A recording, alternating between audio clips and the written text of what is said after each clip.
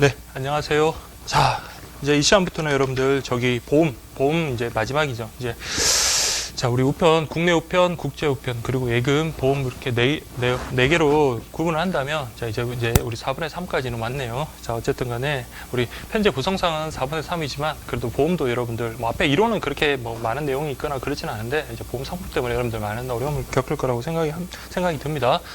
근데 보험 이론은, 자, 여러분들, 그동안의 기출 문제 쭉 살펴보면, 자, 우리 그 출제 빈도가 상당히 높은 편이에요. 그래서 여러분들, 이거는 어느 특정 형에서 나왔다라는 그런 게 뭐 편제돼서 이렇게 편중해서 나오는 게 아니라, 자, 우리, 보험 이론과 관련해서는 다 골고루 나왔거든요. 그래서 우리 특히나 뭐 보험 상품을 이해하든 아니면 어쨌든, 보험과 관련해서는 가장 기본이 되는 거는 보험 용어들이 있거든요. 그런 용어들을 갖다 먼저 정확하게 숙지하는 게 먼저 선행이 돼야 될 겁니다. 자, 그럼 먼저 개정교재 368페이지 한번 보겠습니다. 자, 예. 생명보험이란 무엇인가? 자, 보험이라는 건 여러분들 뭡니까? 우리가 뭐 확실히 일어나는 사고, 물론 이제 대비해서 여러분들, 물론 이제 우리가 보험을 계약을 하겠지만 어떤 불확실한 사고 있잖아요. 그죠? 일어나기는 일어나지만 언제 일어날지 모르는 그것도 역시 마찬가지 불확실한 사고거든요. 그런 불확실한 사고에 대비해서, 일정한 대비하기 위해서 일정한 금액을 계속 그렇게 모으다가 나중에 어떤 그런 보험 사고가 발생했을 때 그때 필요한 우리 보험금을 수령하는 게 바로 여러분들 보험입니다. 그래서 보시면 보험이라는 것은 일상생활에는 예측할 수 없고 우연 발생적인 사고가 항상 도사리고 있는데 이런 사고가 발생했을 때 어떤 경제적 손실을 보전하기 위해서 자 이런 만들어진 제도가 바로 보험이다. 뭐 그렇게 보시면 되고, 그럼 이제 우리는 보험 중에서 우리 생명보험 이제 다룰 건데, 자 생명보험 한번 볼게요. 뭐 생명보험 뭐 다루더라도 일단 뭐 보험의 역사 그냥 한번 더 살펴보도록 하겠습니다. 생명보험의 역사와 관련해 가지고는 자 여러분들 뭐 크게 뭐 출제 가능성이 높은 건 아니거든요. 그렇지만 그냥 여러분들 많이 개정 교재 가지고 계신 분들은 제가 밑줄 친 거 있잖아요. 그거대로 그렇게 하시고 제가 이제 필요한 부분 정도만 좀 체크를 하고 가겠습니다. 자 고대 같은 경우는 자 보세요. 고대 여러분들 해상 무역에서 발생한 손해 구제에 위해서 손해를 구제하기 위해서 뭐 해나를 입은 사람들을 구제한 제도를 실시했다 정도 그냥 보시면 되고 중세 역시 마찬가지. 중세 때는 여러분들 뭡니까?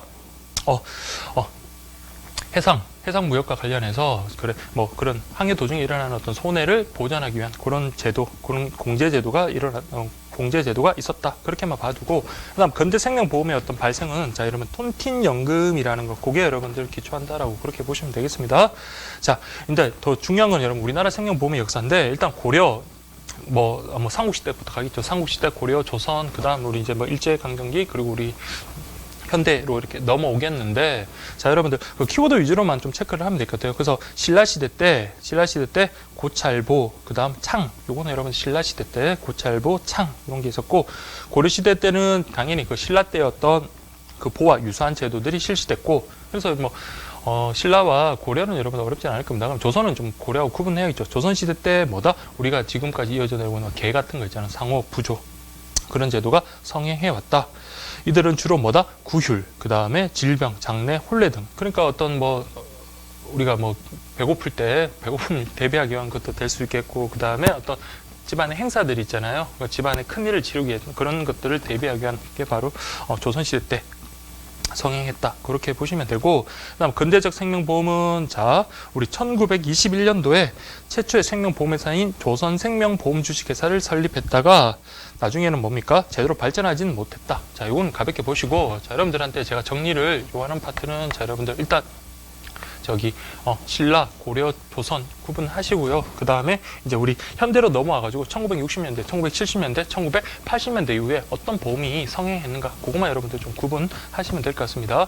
물론 이제 우리나라뿐만 아니라 세계사 쪽으로 가더라도 여러분들 좀 키워드 위주로만 가볍게 정리를 하십시오. 나머지 내용은 필요 없고 그냥 키워드 위주로 여러분들 그렇게 해가지고 순서 정도도 그렇게 좀 체크를 하시면 되겠고 자, 그건 여러분들 목소리 좀 남겨놓고 자, 우리가 지금 정리해야 될 거는 자, 볼게요. 우리나라 1960년대부터 1960년대, 그 다음에 70년대, 그 다음에 80년대 이후 이렇게 좀 보시면 되겠습니다. 자, 우리 교재에 뭐라고 나와 있나요? 1960년대는 자 한참 우리 이제 수출을 강조하다 보니까 수출 중심 경제 기반으로 인한 뭐다? 한참 우리 수출을 해야 되니까 그런 또 해난 사고 관련해서 자 우리 해상보험이 자 발전했다라는 거 그렇게 좀 구분을 하시면 되겠습니다.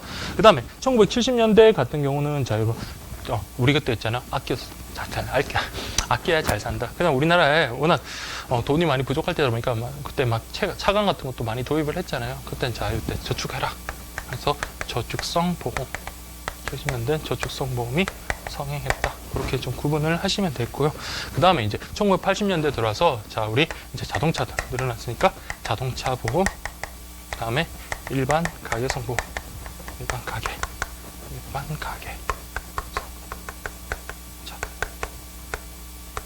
자, 이렇게 좀 하면 되겠습니다. 자, 어쨌든 간에 여러분들, 자, 우리 1960년, 70년, 80년대 구분하시고요. 자, 1960년대는 자, 수출 중심의 해상보험, 그다음 1970년 저축 중대를 위한 저축성 보험, 그다음 80년대는 자, 여러분들 자동차 그리고 가계성, 일반 가계성 보험 이렇게 순서까지 이렇게 좀 정확하게 구분하시면 좋을 것 같아요. 그래서 출제 비중은 그래도 높은 편은 아니지만 그래도 여러분들 이런 것 정도는 그래도 최소한 정리를 하시고 가면 되겠습니다. 그 다음에 여러분 무채국 보험 뭐 관련해가지고 최신국이 종신보험과 양로보험을 시판하기 시작했다. 그 후 뭐 지금 확대해서 사업을 많이 지속하고 있다. 뭐 요거는 여러분 시험에 나올 건 아니까 그렇게 좀 가볍게 넘어가셔도 될 것 같습니다. 자, 그 다음에 이제 본격적인 자, 여러분 생명보험과 관련해서 이제 내용 이론 정리를 하겠는데요. 자, 요때 특히 이번 시간은 여러분 용어 정확하게 여러분들 숙지하는 게 중요합니다. 근데 어쨌든 용어를 숙지하기 앞서가지고 그 보험이라는 게 도대체 어떤 식의 흐름으로 여러분들 진행되는지 그거 여러분들 좀 체계도를 갖다 그린 다음에 그렇게 정리를 하시는 게 편할 겁니다. 자, 먼저 보시면 자, 보험자라는 게 보험자. 그 다음에 보험자와 자, 보험 계약을 맺는 사람을 우리가 뭐냐면 보험 계약자라고 합니다. 계약자. 자, 물론 이 당사자 둘만의 계약으로도 우리 충분히 보험계약은 성립하고 보험계약 관계자들도 둘로만 이루어질 수 있습니다. 근데 그럼 보험계약 관계자들이 쭉 확대가 돼가지고 자, 여러분 뭐가 있을 수 있다? 피보험자가 있을 수 있습니다. 피보험자. 그 다음에 자, 우리 보험금을 수령할 수 있는 보험 수익자가 있을 수 있습니다. 자, 근데 피보험자랑 보험 수익자는 여러분들 자, 있을 수도 있고 없을 수도 있습니다. 왜? 보험계약자 자체가 피보험자가 되면서 보험 수익자도 될 수가 있기 때문에 그렇습니다. 그래서 여러분들 자, 중요한 거는 여러분들 계약 당사자는 누굽니까? 계약 당사자. 보험자와 계약 당사자. 보험 계약 당사자입니다. 계약 당사자. 여기서 뭐가 된다? 보험 계약이 성립한다. 보험 계약이 성립이라는 거는 여러분 뭡니까? 의사의 합치입니다. 자, 우리 예금 계약 같은 경우는 자, 당사자의 의사의 합치뿐만 아니라 우리 예금거래 기본약관에서는 뭡니까? 그 현금을 받아서 이를 확인한 때 예금 계약이 성립한다라고 해서 용을 계약으로 보는 견해가 더 지배적입니다. 그러나 우리 보험 계약 같은 경우는 자, 낙성 계약. 그래서 당사자의 의사의 합치만으로도 보험 계약이 성립합니다. 근데 우리 보통 보면 어떻습니까? 보험 계약 체결하면 보험자, 즉 보험회사에서 잠깐만요. 요거 보험자는 여러분 보험회사라고 보시면 돼요. 보험회사. 보험회사에서 보험증권을 교부하거든요. 근데 보험증권이라는 것은 그냥 나중에 하나의 증거에 지나지 않고 보험계약의 성립하고는 아무런 연관이 없습니다. 그래서 보험증권이 아직 못 받았다 하더라도 보험계약은 그대로 보험계약 성립은 하는 거고요.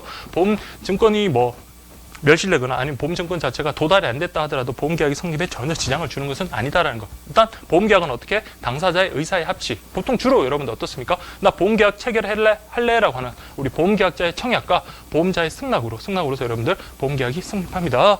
근데 보통은 보험자가 아니라 여러분들 보험 모집인들 있잖아요. 우리 그 보험 하시는 아주머니들, 물론 아저씨 분들도 많이 계시지만 그분들이 와서 보험계약을 권유하는데 이때는 보험계약이 어떤 청약이라고 말을 안 하고 청약의 유인이라고 그러거든요. 그때 청약 유인이 있으면 나 그 보험계약 들래요 하고 한다면 보험회사에서 이제 그 승인이 나면 그때 보험계약이 성립한다라는 거고 체계를 그렇게 좀 이해를 하시고요. 자, 여러분 볼게요.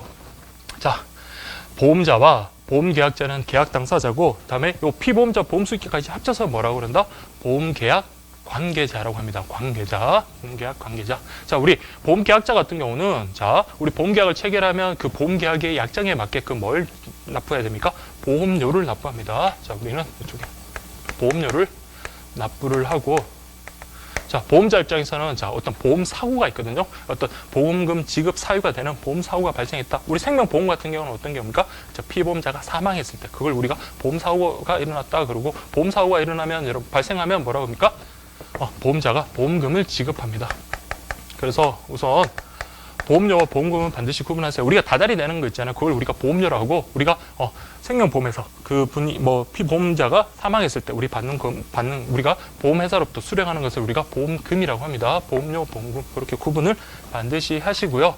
근데 이 보험사고가 보험계약이 성립했다고 하더라도, 자, 보험계약이 성립했어요. 성립했다 하더라도, 자, 보험사고가 발생했을 때 보험금을 지급할 때는 언제 지급하냐면, 우리 상법에서는 이렇게 나와 있어요. 자, 최초의 보험료를 지급한 때 그때부터 보험 책임기간, 보험기간이 개시된다라고 하거든요. 그래서 아무리 당사자의 의사의 합치가 있었죠. 나 보험계약 가입할래요? 그러면 보험회사에서 그래 가입하세요.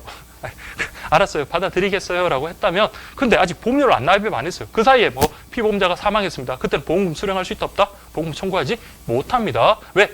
최초의 보험료를 납입한 이후부터 보험자의 책임기간, 보험기간이 개시되기 때문에 그렇습니다. 아시겠죠? 그 반드시 좀 구분을 하시고, 어쨌든 그 파트 관련해서 계속 나오면 우리 정리를 할 건데, 우리 큰 틀에서 먼저 한번 공부를 하고 난 다음에 그 이제 부분적으로 우리 확인하는 게 훨씬 더 여러분들 공부하는데 효율적일 것 같아서, 여러분 좀 시간이 걸리더라도 여러분 좀 이렇게 정리를 한번 해보도록 하겠습니다. 자, 그러면 자, 보험계약자에서는 자 뭡니까? 보험료 납부 의무가 있고, 보험자는 뭐다? 보험금 납부 의무가 있고, 서로 쌍방이 어떤 뭡니까? 의무를 부담하잖아요. 그래서 이런 것들을 우리가 쌍무계약이라고 합니다. 그리고 우리가 보험료를 내는 걸 그냥 너 불쌍하니까 보험회사 돈 도와주려고 그냥 되는 거 아니잖아요. 어떤 대가를 갖다가 바라고 내는 거기 때문에 우리가 유상계약이라고 합니다. 그래서 보험계약은 쌍무계약, 유상계약이 어떤 그런 성질이 있고요. 그 다음에 자, 이제 우리 일단 보험계약 당사자와 관련해서는 이렇게 가볍게 일단 보고, 자, 특히 이제 보험계약자 같은 경우는 좀 일단 보험계약의 이제 주체가 되는 사람이잖아요. 그래서 많은 권리가 있습니다. 뭐 피보험자랑 보험수익자를 뭐 변경하고 이렇게 지정하는 뭐 그런 권리도 있을 거고, 그다음에 어떤 뭐 고지 의무 관련해서 뭐 그런 것들도 있을 거고, 어쨌든 그런데 그런 뭐 나올 때마다 그렇게 보기로 하고, 자, 피보험자 관련해서 한번 보겠습니다. 피보험자라는 것은 자, 여러분들 보험사고의 어떤 발생의 어떤 객체가 되는 사람을 우리가 피보험자라 합니다. 근데 우리가 지금 공부하는 거는 여러분 생명보험을 공부하잖아요. 생명보험에 여러분들 보험 객체 대상이 되는 것은 생명이거든요. 그럼 누구의? 피보험자는 자신의 생명을 뭘로 했다? 이 보험계약의 담보로 제공한 사람이 바로 피보험자입니다. 그래서 우리가 보험회사, 보험자를 A라고 하고, 보험계약자를 B라고 하고, 피보험자를 C라고 하고, 보험수익자를 D라고 합니다. 자, 우리 최초의 보험료를 납입하고 보험기간이 개시가 됐어요. 그러면 우리 C가 사망한 경우에 뭐다? 이제 보험사고가 일어난 거고, 그러면 보험금을 지급해야 될 의무가 보험자한테 발생하고, 이 보험자 입장에서는 어떻습니까? 그 보험금을 지급했는데 누구한테 지급한다? 이때는 보험수익자한테 지급한다라는 겁니다. 자, 이렇게 보시면 됩니다. 근데 자, 제가 피보험자랑 보험수익자 같은 경우는 자, 반드시 존재할 따로 제3자로서 존재할 필요는 없다라고 했습니다. 보험계약자가 피보험자가 될 수도 있고, 보험수익자도 될 거고, 또 피보험자 앤드 보험수익자도 될 수가 있습니다. 자, 가령 자, 근데 생명보험계약에서는 좀 그게 힘들겠네요. 그런데 어쨌든, 자, 동시에 뭐, 보험수익자랑 피보험자가 될 수 있는 없죠. 왜? 내가 죽고 난 다음에 내가 그 돈을 받겠다. 그 말이 안 되는 거잖아요. 근데 어쨌든 간에, 자, 보시면, 자, 용어를 일단 정리를 해야 되니까, 자, 보험계약자가 자신의 목숨을 담보로 보험계약을 체결했다? C가 없다라고 할게요. 그러면, 자,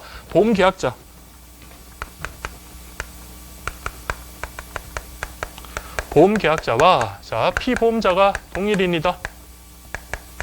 자, 요걸 우리가 뭐란다? 자기의 목숨을 담보로 해서 자기 생명의 보험이다 라고 그렇게 구분하시면 됩니다. 자기 생명의 보험. 그러면 보험계약자와 요게 다르다 그러면 어떻습니까? 보험계약자 피보험자가 다르면 타인 생명의 보험이다. 그렇게 보시면 되고, 그 다음에 자, 보험수익자가 없어요. 이번에는. 그럼 피보험자는 있는데, 자, 보험수익자가 없습니다. 그럼 이 사람이 돌아가셨으면 내가 보험금을 타낼 거야. 자, 여러분들 보통 보험 사기를 치는 사람들, 얼마 전에 좀 지난 것 같은데, 그 TV 프로그램 나왔더라고요. 자신의 어떤 외국에서 온 우리 그 신부를 갖다가 보험금 타낼 목적으로 사고를 위장해서 그 살인을 저지르는 경우 있잖아요. 그런 경우처럼, 자, 피보험자는 다른 사람이지만 보험수익자는 뭐다? 보험계약자하고 동일인일 때. 즉, 보험계약자와 보험수익자가 동일일 때. 보험수익자가 동일인일 때. 요거는 누구를 위한 거다? 자기를 위한 보험이다. 자기를 위한 보험이다. 그러면 보험계약자와 보험수익자가 다르다라고 하면 뭡니까? 이거는 내가 보험료를 실컷 납부했지만 나중에 보험금 타는 사람 누굽니까? 다른 제3자잖아요. 그렇기 때문에 이거는 누구를 위한 거?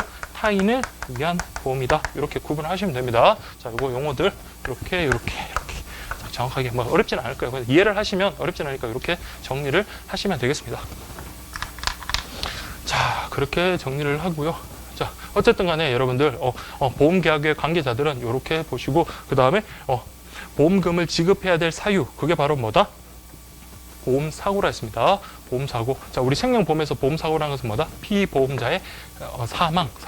자, 피보험자의 사망.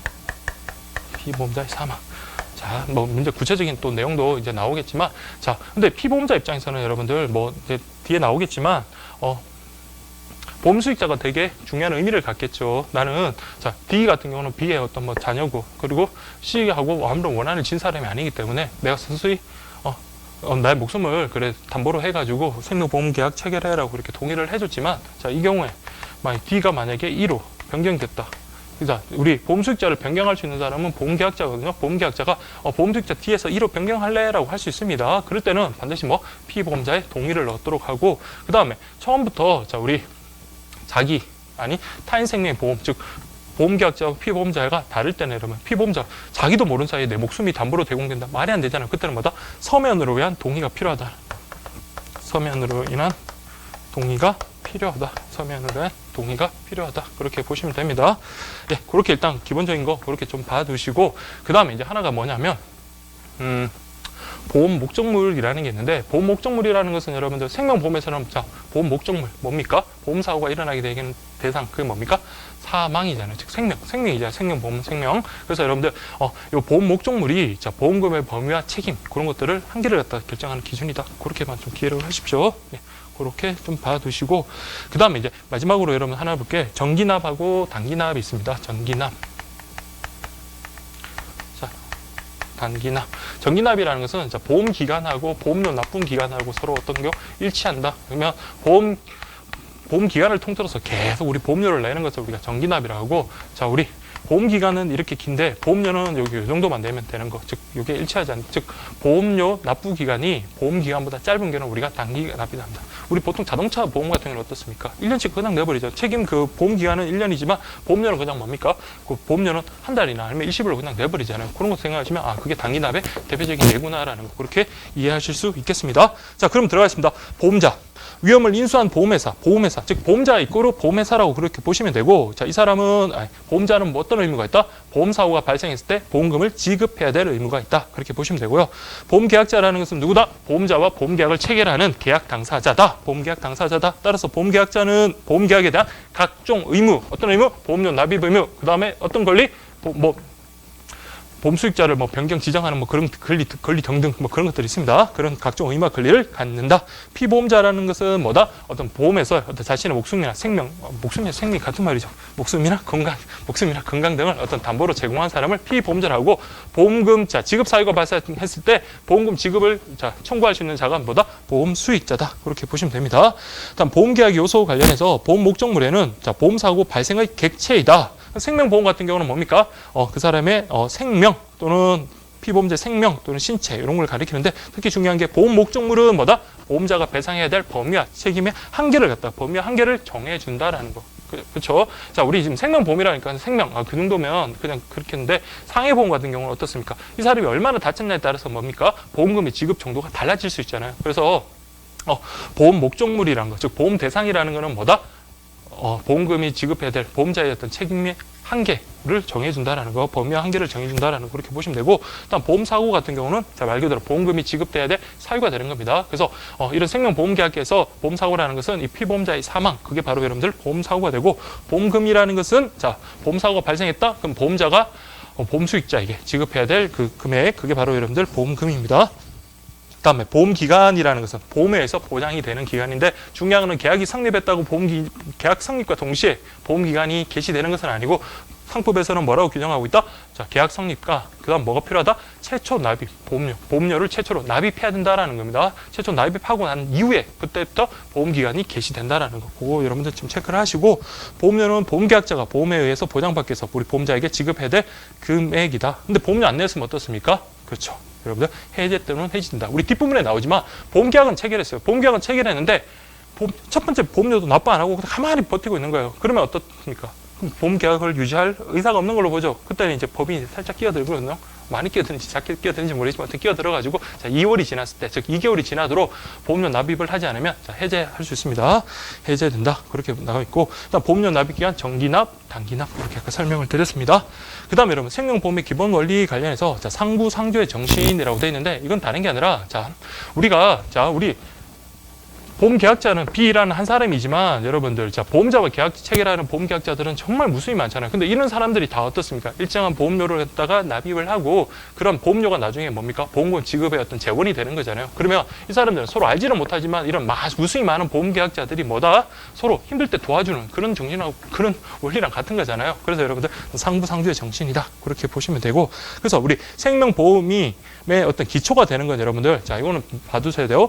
대수의 법칙 그 다음에 생명포 수지상등의 원칙이라고 되어 있는데 대수의 법칙 자 이거는 여러분 개념 한번 체크를 할게요. 자 대수 자 여러분들 제가 보험계약을 체결했습니다. 근데 보험계약 체결하고 2달 있다가 여러분 바로 보험사고가 나서 보험금을 수령했어요. 저는 보험료 납입을 뭐 한 달에 2만 원씩 냈습니다. 그래서 4만 원 냈는데 보험금을 벌써 그 100배인 400만 원을 수령했다. 그러면 여러분들 야 이러다가 보험회사 망하는 거 아니야? 이런 생각을 할 수도 있습니다. 그렇지만 자 이런 한 명 한 명을 따질 때는 유불리가 이렇게 쉽게 판단이 될 수는 있겠지만 근데 여러분 전체적으로 그러니까 보험계약자들 그 사람들을 전체적으로 여러분들 많은 수를 갖다가 대수 많은 숫자를 우리 대비했을 때 저는 보험금을 수령했지만 어떤 분들은 뭐 10년 20년이 지나도록 보험금 수령 못하는 분도 있을 거 아니에요. 보험사고가 발생하지 않았기 때문에 그래서 전체 큰 숫자로 여러분들 통계를 내서 활용을 하다 보면 그게 어느 정도 그 표본이 나온다는 겁니다. 그래서 여러분들 자 정확성이 커진다는 거. 그래서 보시면 대수의 법칙이라는 것은 측정 대상의 숫자 또는 측정 횟수가 많아지면 많아질수록 예상치가 실제치에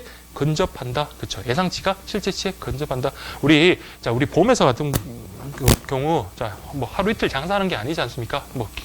저 외국계 회사 같은 경우는 뭐 몇백 년도 되는 그런 회사도 있는데 그런 회사들은 무수히 많은 어떤 통계치랑 그런 예상치가 나올 거 아니에요. 그래서 그런 예상치가 한두 명일 때는 예외가 있을 수 있겠지만 많은 수를 우리가 대입해보고 많은 숫자를 우리가 경험해보면 그게 이제 실제 그 발생한 빈도가 우리 예상치와 거의 흡사하다라는 거. 그게 바로 여러분들 대수의 법칙입니다. 그래서 이런 대수의 법칙 이런 것들을 활용해가지고 뭡니까? 보험자는 어떤 보험료를 산정하고 그리고 거기에 따른 보험금도 결정을 하게 됩니다. 네, 그렇게 보시면 되겠습니다.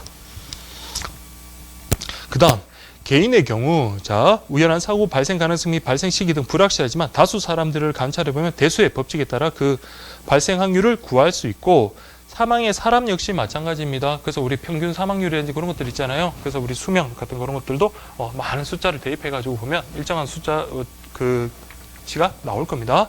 자, 그 다음에 여러분 374페이지 보면 생명표라고 되어 있네요. 자, 대수의 법칙에 따라 연령별, 생사, 잔존 상태, 그러니까 생존자 수, 사망자 수, 뭐 생존율, 평균 연령 이런 것들을 나타낸 걸 우리가 생명표라고 하는데 이 개념은 좀 체크를 하시고요. 국민 생명표는 뭔다? 누굴 대상으로? 우리 국민 전체를 대상으로 자, 우리 인구 통계에서 어떤 사망 그 실태를 갖다가 파악한 거.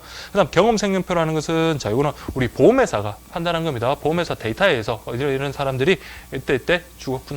이런 것들 판단한 거. 그다음 우체국 생명표라는 것은 우체국 보험 가입자들의 어떤 그 현황을 갖다가 기록한 거. 그게 바로 우체국 생명표다. 이거는 뭐 가볍게 그냥 보시면 될 것 같고요. 그다음 수지상등의 원칙이라는 거는 아까 제가 말씀드렸지만 저는 뭐 보험료를 조금 냈고 보험금을 많이 받았으니까 이득을 본 것 같지만 자, 우리 많은 데이터를 통해서 보면 뭐다? 그 보험료 총계와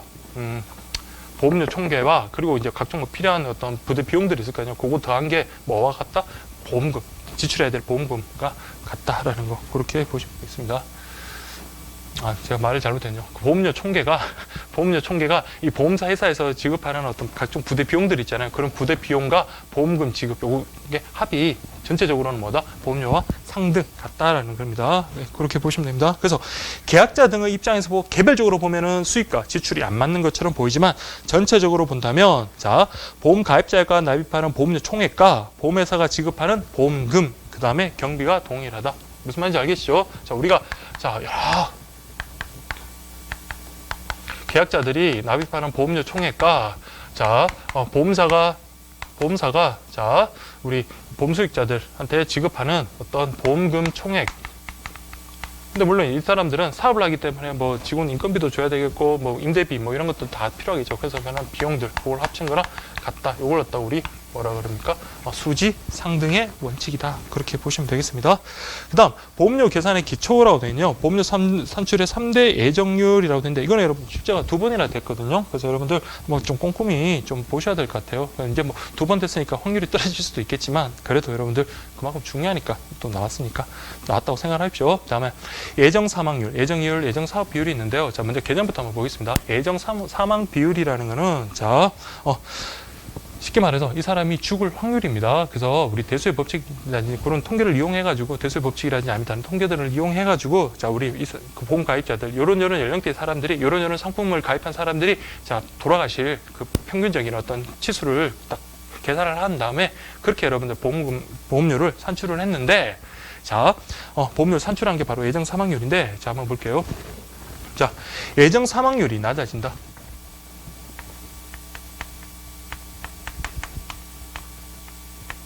예정 사망률이 낮아진다라고 할 때, 자, 그러면 예정 사망률이 낮아졌다는 말은 이분은 더 어떻습니까? 더 생각보다 더 오래 사신 거잖아요. 자, 우리 생명보험과 관련해서는 이분이 돌아가시면 보험금을 지급해야 되는데, 이분이 더 오래 사셨으니까 보험금 지급해야 되는 시기가 어떻게 돼요? 점점 더 놓쳐지겠죠. 그러면 그 사이에 우리가 만약 계속해서 우리가 보험료를 납입한다면 어떻습니까? 보험료는 살아 있는 동안에 계속 납입을 해야 되잖아요. 그러면 어떨까요? 예정 사망률이 낮아졌다. 그러면은 보험료는 어떻게 될까요? 보험료는, 그렇죠. 즉 생명보험에 있어서 보험료는 싸질 겁니다. 그래서 사망보험, 즉 사망보험, 돌아갔을 때 지급하는 사망보험 같은 경우는 여러분들 보험료는 저름 싸진다. 그렇게 보시면 됩니다. 반대로 생존보험 같은 경우는 어떨까요? 이분이 생존 시에 지급해야 되는데, 이분이 이제 생존할 확률이 더 높아졌으니까, 그러면 뭡니까? 보험금 지급해야 될 사유가 더 많아지잖아요. 그래서 요거는 보험료가 요거는 사망, 요거는 생존일 때는 보험료가 여러분들 높아진다, 비싸진다. 그렇게 좀 기억을 하십시오. 네, 그렇게 이해를 하시면 되고요. 밑에 예정 사망률이 반대로, 자, 예정 사망률이 높아졌다. 그러면 이분이 우리가 예상했던 것보다 더 일찍 사망하셨다. 그러면 뭐야? 보험료를 납입받아야 될 기간이 짧아지고, 그리고 보험금을 지급해야 될 시기가 당겨지니까 그때는 보험료가 반대로 올라가겠죠. 비싸진다라는 것까지 이해를 하시면 되겠습니다. 자, 그 다음에 여러분, 예정 이율이라는 거는, 자, 쉽게 말해서 우리가 보험회사에서 보험료를 받잖아요. 그 보험료를 갖다 금고에다 그냥 쌓아두고 기다리고 있다가 보험금 지급 사유가 되면 그냥 주는 거? 그건 아니잖아요. 그 보험료를 받아다가 자신이 필요한데 활용을 할 겁니다. 활용을 해서 그러한 운용에 따르는 어떤 이익을 갖다가 우리가 예정 이율이라고 합니다. 그러면 예정 이율이 높다? 그럼 우리가 생각했던 거, 자, 우리가 보험료를 받아다가 1년에 10억을 벌 거라고 생각했는데 이번에 대박이 터져서 50억을 벌었습니다. 그러면 어떻게 할까요? 예정 이율이 높으면, 자, 우리 고객들에게 부담해야 될 어떤 보험료는 싸게 해줄 수 있겠죠. 그래서 예정 이율이 높으면 보험료는 낮아진다. 반대로 예정 이율이 낮았다. 그래서 우리가 100억을 벌 거라고 생각을 했는데 실제로 10억밖에 못 벌었어요. 그러면 어디다 충당을 해야 될까? 그렇죠. 보험료 더 내세요라고 할 겁니다. 그래서 그때는 보험료가 비싸진다. 그렇게 보시면 되겠습니다. 그 다음에 여러분들, 예정 사업 비율이라는 것은 여러분들 우리 보험 사업을 함에 있어서 드는 각종 비용들이 있을 거 아니에요. 그래서 수금비라든지 아니면 각종 유지비라든지 아니면 직원들 소위 말해서 인건비라든지 그런 것도 다 포함되는 겁니다. 그럴 때 그런 비용을 우리가 1년에 100억 든다라고 생각을 했는데, 만약에 100억이 아닌 90억이 들었다. 그러면 예정 사업 비율이 낮아졌다라는 말은 뭡니까? 우리가 지출해야 될, 보험회사에서 지출해야 될 비용이 줄어들었다는 거잖아. 보험회사에서 지출해야 될 비용이 줄었으면 보험료를 더 많이 받을 필요가 있을까요? 없을까요? 없죠. 그때는 뭐다? 보험료가 더 싸진다. 이렇게 기억을 하시면 됩니다. 그래서 예정사업 비율이 낮아졌다. 예정사업 비율이 낮아졌다. 그래서 비용이 적게 들었다. 그러면은 우리도 어떻게 우리는 아니라 보험회사 입장에서는 보험료를 싸게 받을 수 있다. 그렇게 기억을 하시면 됩니다. 그래서 예정사업 비율 교재에 나오면 예정사업 비율이 낮아지면 보험료는 싸지고, 자, 예정사업 비율이 높아지면, 그래서 비용이 더 많이 들었다? 그럼 보험료를 더 비싸게 받아야 되겠죠. 그래서 여러분들 여러분들 암기하는 게 더 힘들 수도 있습니다. 그래서 여러분들 요거는 원리를 이해를 하고 일단 개념부터 이해하시고, 그 원리를 이해하시면 정말 어려운 게 아니거든요. 정말 여러분들 쉬운 거니까 요건 원리 자체를 이해를 하십시오. 아시겠죠? 그래서 일단 예정 사망률 또는 예정 위험률이 뭐고, 그 다음에 예정 이율이 뭐고, 그 다음에 예정 사업 비율이 뭔지 먼저 개념부터 잡으시고, 요게 이제 올라갔을 때 내려갔을 때 그렇게 확인을 하시면 됩니다. 정말 문제도 많이 있으니까 그렇게 좀 확인하시고, 기출도 여러분 2번이나 출제가 됐거든요. 그래서 여러분 꼭 좀 체크를 하시기 바랍니다. 자, 그 다음에 여러분 보셔야 될 게 보험료의 구성이라고 되어 있는데, 자, 보험료의 구성도 여러분들 이게 한 2번 정도 출제가 됐던 것 같은데 아주 출제 비중이 높다라고 볼 수 있겠습니다. 그동안의 기출, 우리 성향상. 자, 보험료 보겠습니다. 보험료는 유상계약인 보험계약에서, 유상계약이라는 것은 대가관계가 있다고 했습니다. 유상계약인 보험계약에서 보험자가 보험금 지급 책임을 지는 대가로서 보험계약자가 납부하는 금액이다. 보험계약자가 보험회사에 내는 보험료를 우리가 영업보험료라고 한다. 자, 우리 지금 아까 보험료를 내는 지회인사가 보험계약자 있잖아요. 자, 그래서 우리 보험회사에 내는 보험료 있잖아요. 우리 보험료를 우리가 영업보험료라고 합니다. 영업보험료. 그래서 영업보험료.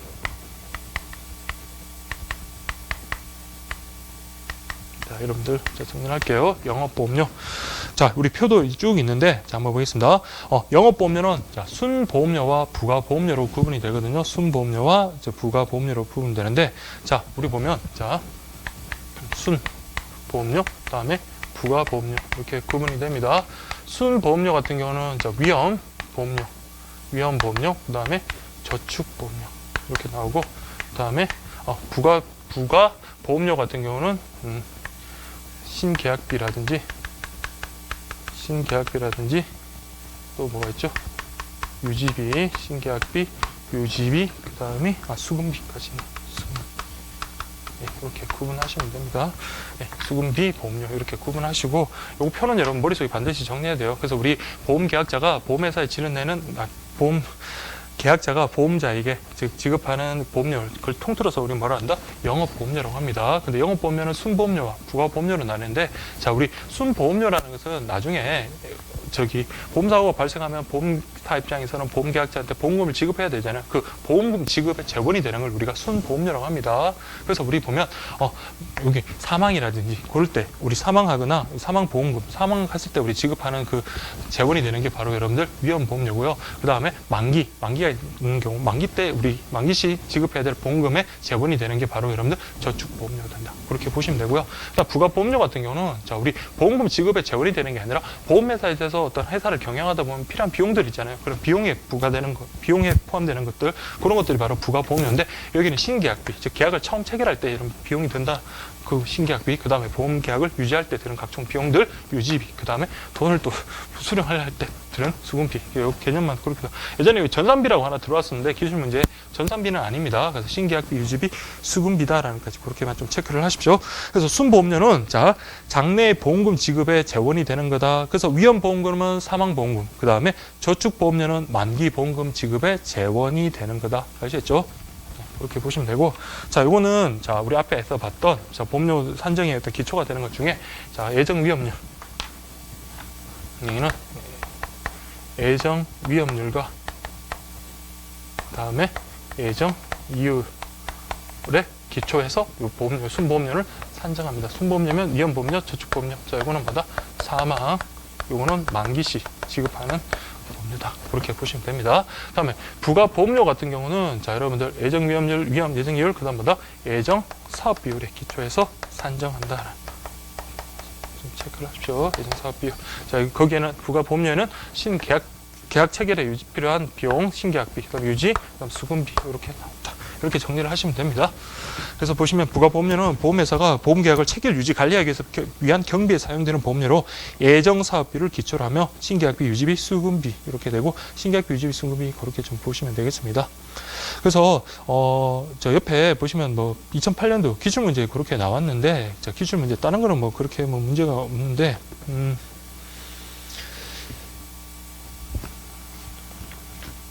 저기 2008년도 문제보다도 2010년도 문제가 아주 좀 세련됐습니다. 그냥 지문만 하나 다뤄보겠습니다. 자, 1번에서 뭐라 했냐면, 예정 사망률이 높아지면 위험보험료는 상승한다. 그래서 자, 예정 사망률. 자, 예를 하나 드릴게요. 예정 사망률이 높아지면 다음에 위험보험료는 상승한다. 위험보험료는 상승한다. 자, 이게 맞을까요? 한번 볼게요. 자, 예정 사망률 높아졌다. 그러면 여러분 예정 사망률 기초. 자, 예정 사망률이 높아졌다. 예정 사망률이 예정 위험률이잖아요. 그러면 뭐다? 위험보험료. 자, 위험보험료 이겁니다. 그러면 여러분들 보세요. 자, 사망률이 높아졌어요. 사망률이 높아졌으면은 자, 우리 보험사 입장에서는 어떻습니까? 돈을 빨리 지급해 줘야 되잖아요. 보험금 지급해야 될 사유가 많아졌습니다. 대신 보험료를 받을 수 있는 기간은 짧아졌잖아요. 그러면 보험료를 받을 수 있는 기간이 짧아졌으니까 그만큼 수입이 줄어드니까 뭘로 메꾸자? 보험료로 메꾸자. 그래서 뭐다? 위험보험료는 증가한다. 이런 식으로 잡아주면 되겠습니다. 그래서 같이 연계해가지고 여러분들 정리를 하시면 되겠습니다.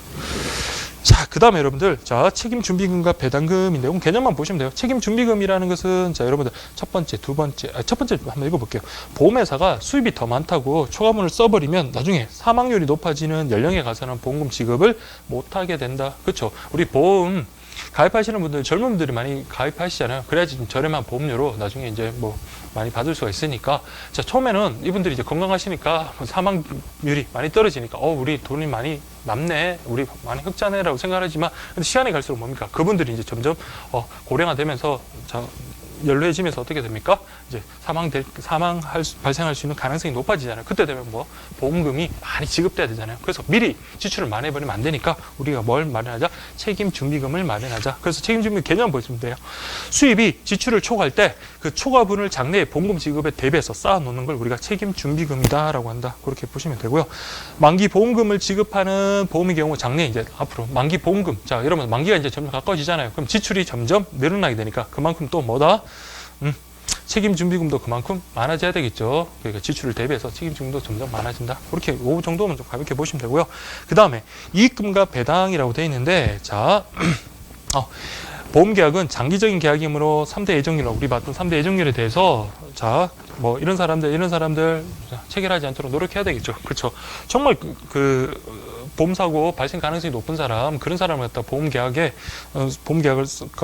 성립시킨다면 어떻습니까? 이게 아까 우리 단체 보험적 성격을 가진다 했죠. 상부상조의 정신이라 해서 많은 보험계약자 중에 그런 한두 명 때문에 뭡니까? 다른 선의의 어떤 보험계약자들이 피해를 볼 수가 있는 거잖아요. 그래서 그런 거 주의해라. 뭐 그런 거 가볍게 보시면 되고, 자, 중요한 거는 여러분들 그냥 위험률 차익, 이차익, 비차익 요것만 좀 체크를 하시면 됩니다. 자, 예정 위험률. 자, 이거는 위험률 차익. 그러니까 이익이라는 거는 뭐냐면, 여러분, 저희가 이 사람들은, 자, 우리 사망률을 갖다가 뭐 한 90세까지 살 거라고 생각을 했는데 실제로 요 가입자들이 100세까지 살았다. 그러면 여러분들, 자, 90세 살 거로 생각을 하고 그렇게 계산을 해왔는데 실제로 10년을 더 살았기 때문에 그만큼 뭐 납입 보험료가 많을 수도 있겠고 또 보험금을 지급해야 될 시기가 늦춰질 수도 있는 거잖아요. 그러면 예상했던 것보다 실제 일어났던 것의 차이, 그만큼이 뭐가 됩니까? 보험회사 이익이 되는 겁니다. 그게 바로 뭐다? 위험률 차익이다. 다음 예정이율도 마찬가지예요. 난 이번에 자 100만 원 벌 거라고 100억을 벌 거라고 생각을 했습니다. 100억을. 보험회사에서 100억을 벌 거라고 생각을 했는데 실제로는 뭡니까?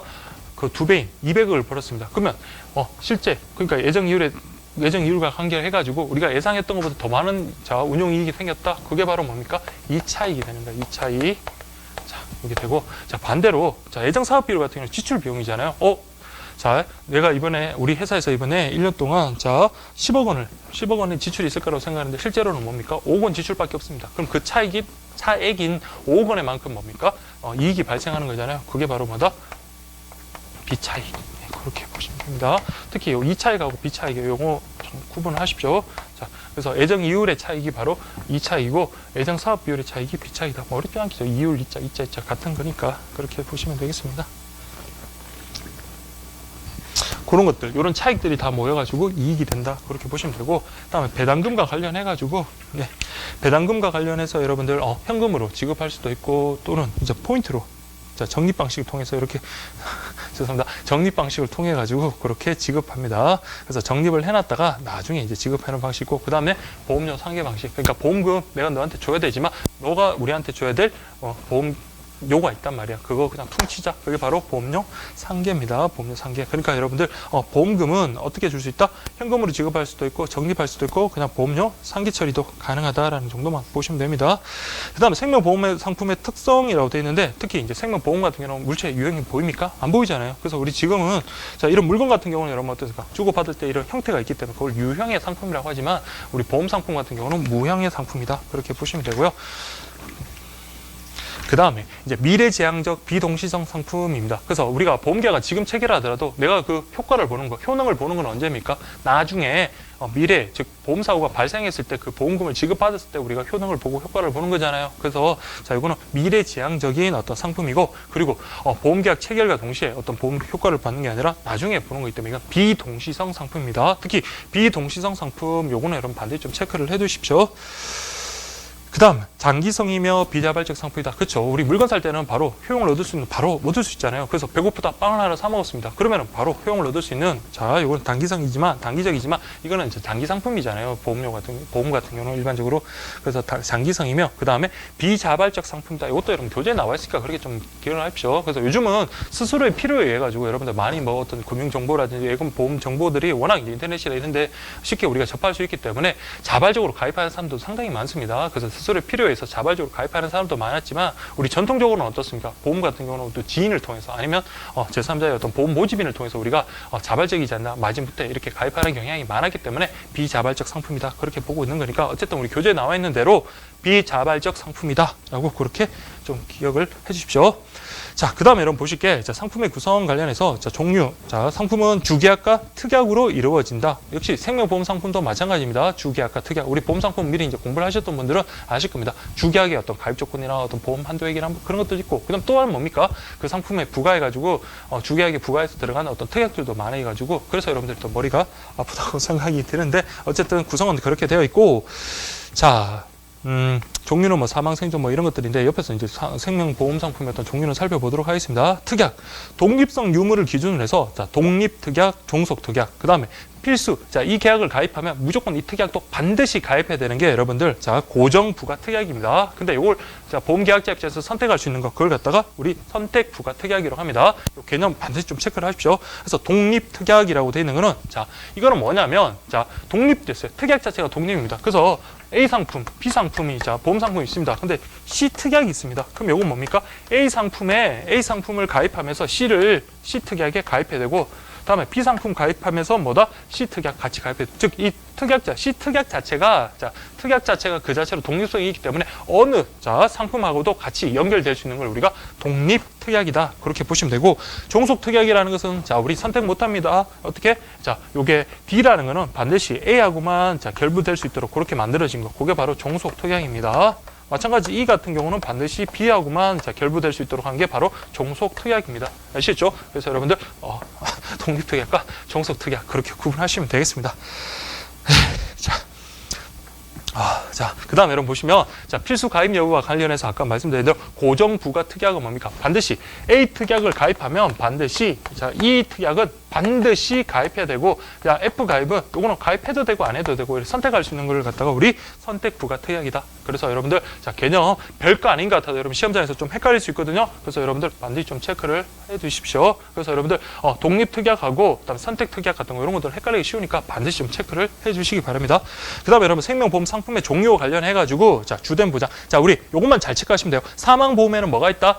일정 기간 보험 기간을 정해 놓고, 자, 우리 보장해 놓는 기간을 딱 정해 놓고 하는 정기보험 있고, 그다음에 보험 기간 정하지 않고, 자, 어떤 언제든지 어떤 그 보험사고가 발생했을 때 지급하는 보험인 종신보험, 즉 정기보험과 종신보험. 자, 이건 둘 다 사망보험에 들어가고, 이 자체 용어 차이 반드시 체크하십시오. 이거는 기출됐던 겁니다. 예. 그 다음에 뭐 보험 상품 성격, 그 다음에 피보험자 수, 배당 유무, 그 다음에 가입 시 건강 진단 유무에 따라서 이렇게 나눌 수 있는데, 자, 이거 자체는 뭐 중요한 표현은 아니니까 그렇게 좀 가볍게 보시고, 특히 아까 말씀드린 대로, 자, 사망보험 같은 경우 특히 정기보험과, 자, 우리 종신보험으로 나뉘는데, 자, 반드시 구분할게요. 사망보험이란 피보험자가 보험기간 중 사망 또는, 자, 고도의 장애 상태가 됐을 때 우리 보험금을 지급하는 보험이다. 자, 사망뿐만 아니라, 자, 고도의 장애 상태가 심한 경우, 자, 요게 이제 보험사고입니다. 사망보험은, 자, 정기보험과 종신보험으로 구분되는데, 정기보험이라는 것은 체크를 할게요. 보험기간을 미리 정해놓고, 자, 보험기간을 미리 정해놓고, 아시겠죠? 그래서 정기보험이라는 것은 정할 정자에다가 기간입니다. 기간을 정해놨다. 그래서 정기보험이거든요. 그래서 그 경우에 기간 정해진 보험기간 내에서의 어떤 보험사고가 발생해야지만 보험금을 지급하는 거고, 종신보험이라는 것은 보험기간이 따로 있는 게 아닙니다.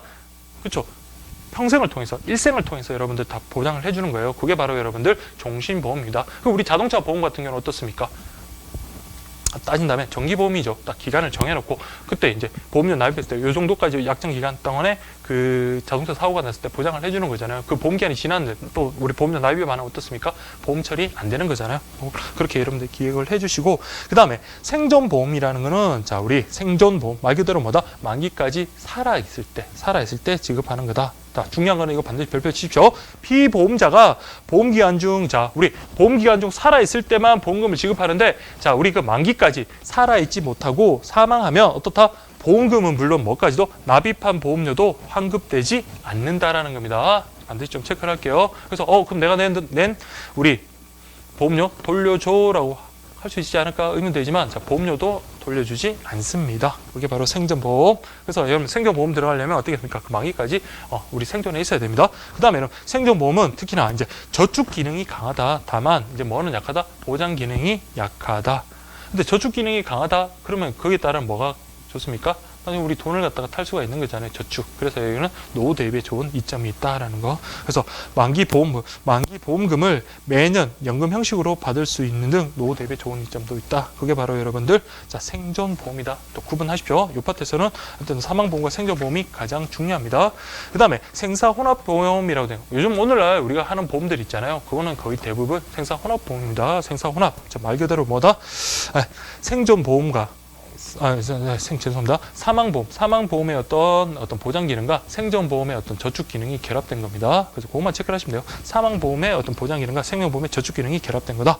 그다음 저축성 보험 같은 경우는 아까 저축 기능을 강조한 거다. 그렇게 보시면 되고요. 특히나 자 체크하시면 저축 기능을 강화한 보험으로 단기간 어떤 목돈 마련에 유리한 거다. 그렇게 보시면 되겠습니다.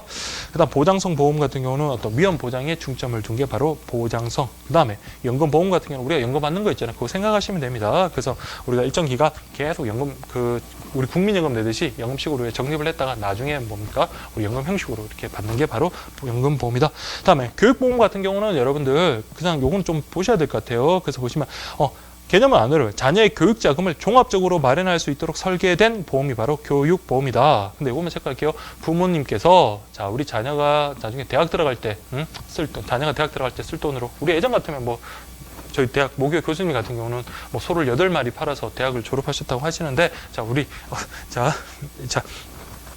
교육보험 같은 경우 자 부모님 입장에서 뭡니까? 나중에 특히 학생들이 집에 자녀가 여러 명일 경우 좀 목돈 들어가는 경우 그때 한참 나이 차이가 얼마 안 되니까 돈이 많이 들어가잖아요. 그걸 대비해가지고 우리 교육보험을 들어놓습니다. 그래서 이 친구가 대학 들어갈 때 대학 등록금으로 쓰려고 아니면 뭐 고등학교든 아니면 해외 유학 자금을 쓰든 어쨌든 그런 교육 목적으로 하기 위해서 들어놓은 보험이 교육보험인데 이때는 부모님께서 생존하는 경우뿐만 아니라 사망한 경우에도 양육 자금을 지급해준다. 이런 특징이 있다는 거. 이건 반드시 좀 체크를 할게요. 그래서 부모님이 돌아가시면 보험금 지급이 안 된다? 아닙니다. 그래서 생존 시까지만 지급이 되는 게 아니라 돌아가시더라도 어떤 양육 자금으로 지급해주는 특징이 있다라는 거. 그렇게 보시면 됩니다. 그래서 즉 교육보험은 일정 시점에서는 계약자와 피보험자 동시에 생존했을 때 생존 급여금으로 지불하고 나중에는 유자녀 그렇죠.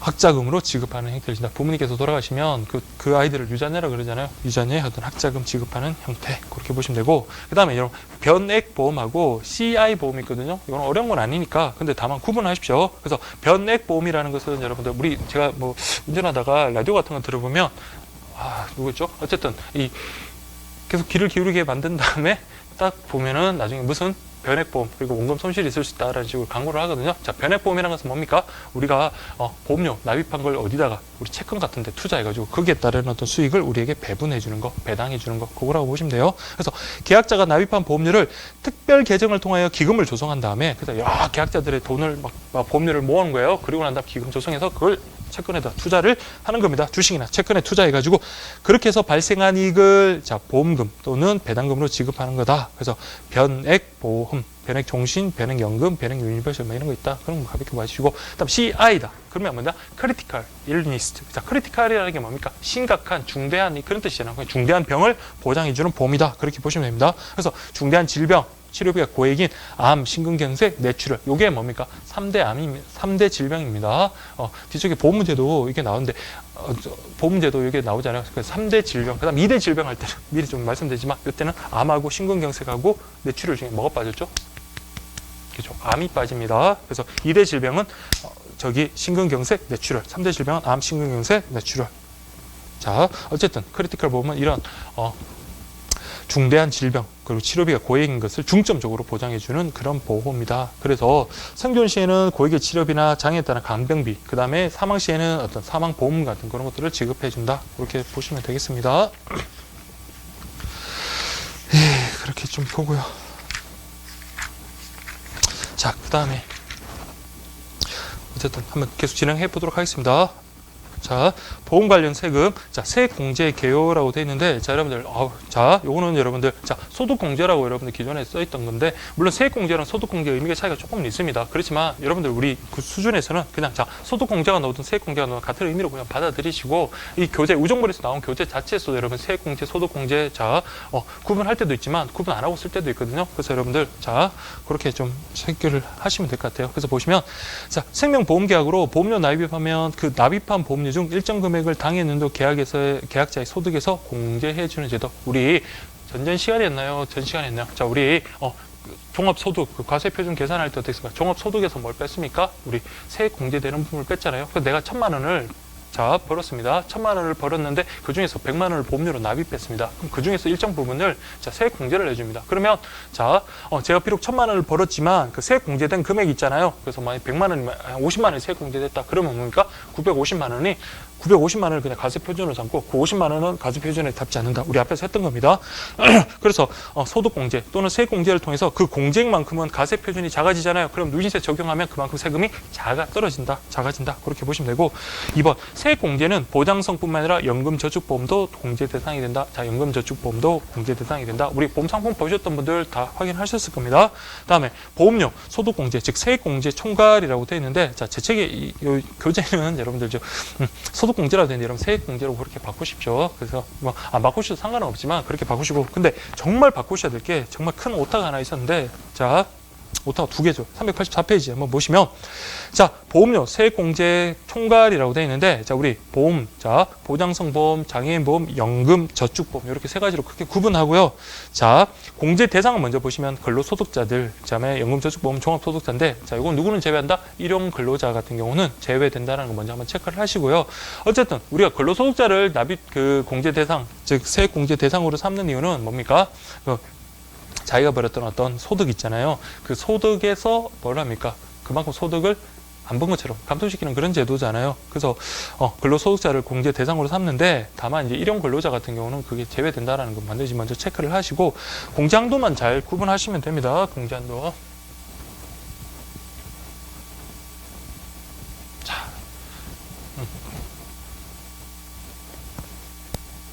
자, 공제한도 먼저 볼게요. 자, 보장성보.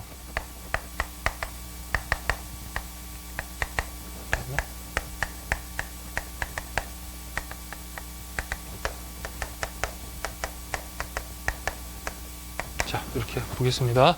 그래서 보장성보험, 장애인 전용보험, 연금, 저축보험이라고 되어 있는데 자, 어렵진 않아요. 그래서 여러분들 이건 따로 지금 암기 안 하셔도 되는 게 우리 뒤쪽에 여러분들 보험 상품 있잖아요. 공부하실 때 지금 각각의 특징들 있잖아요. 보험 상품 특징 나올 때 나오는데 자, 보장성 보험 우리가 자, 우리 보험 파트, 보험 상품 파트에서 배워야 될 보장성 보험이 총 16개입니다. 16개. 그 16개 중에 16개. 근데 어쨌든 간에 자, 우리 보험료를 막 납입하잖아요. 그러면 100만 원 한도 내에서 납입하는 보험료의 어떤 100만 원 한도 내에서 100만 원 한도 내에서 몇 퍼센트? 12%를 세액 공제한다. 자, 연간 납입 보험료 100만 원 한도 내에서 12%를 세액 공제한다. 그렇게 좀 구분하시고 근데 이 장애인 전용 보험 같은 경우는 세액 공제 비용이 큽니다. 그래서 이거는 100만 원 한도 내에서 이때는 12가 아니라 15%를 세액 공제한다. 그렇게 보시면 되고 정말 여러분들 지금 혹시 신교재, 개정 교재에 가지고 계신 분들은 꼭 좀 여러분들 개정 고치십시오. 자, 연금 저축보험 같은 경우는 자, 공제 대상이 여러분들 종합소득자인데 자, 연간 납입 보험료 100만 원 한도의 12%가 아니라 연간 납입 보험료 자, 400만 원 한도입니다. 연간 납입 보험료 400만 원 한도. 요게 12%다. 여러분들 셋 다 다르죠. 그래서 보장성 보험 가장 기본이 되는 거 우리 100만 원 한도 12%, 장애인 전용 같은 경우는 자, 100만 원 한도 15%, 연금 저축 같은 경우는 자, 개정 교재 가지고 계신 분들 꼭 좀 고쳐 주세요. 물론 구교재도 마찬가지죠. 자, 400만 원 한도에서 12% 이렇게 세 개를 구분하십니다. 즉 세액공제 자 구별 그렇게 하시면 되고요. 단, 자 우리 1이라고 돼서 연금저축보험에 거기 주가 있네요. 단 연금저축보험은 자 좀 체크를 하셔야 된다. 여기도 저 오타가 하나 있습니다.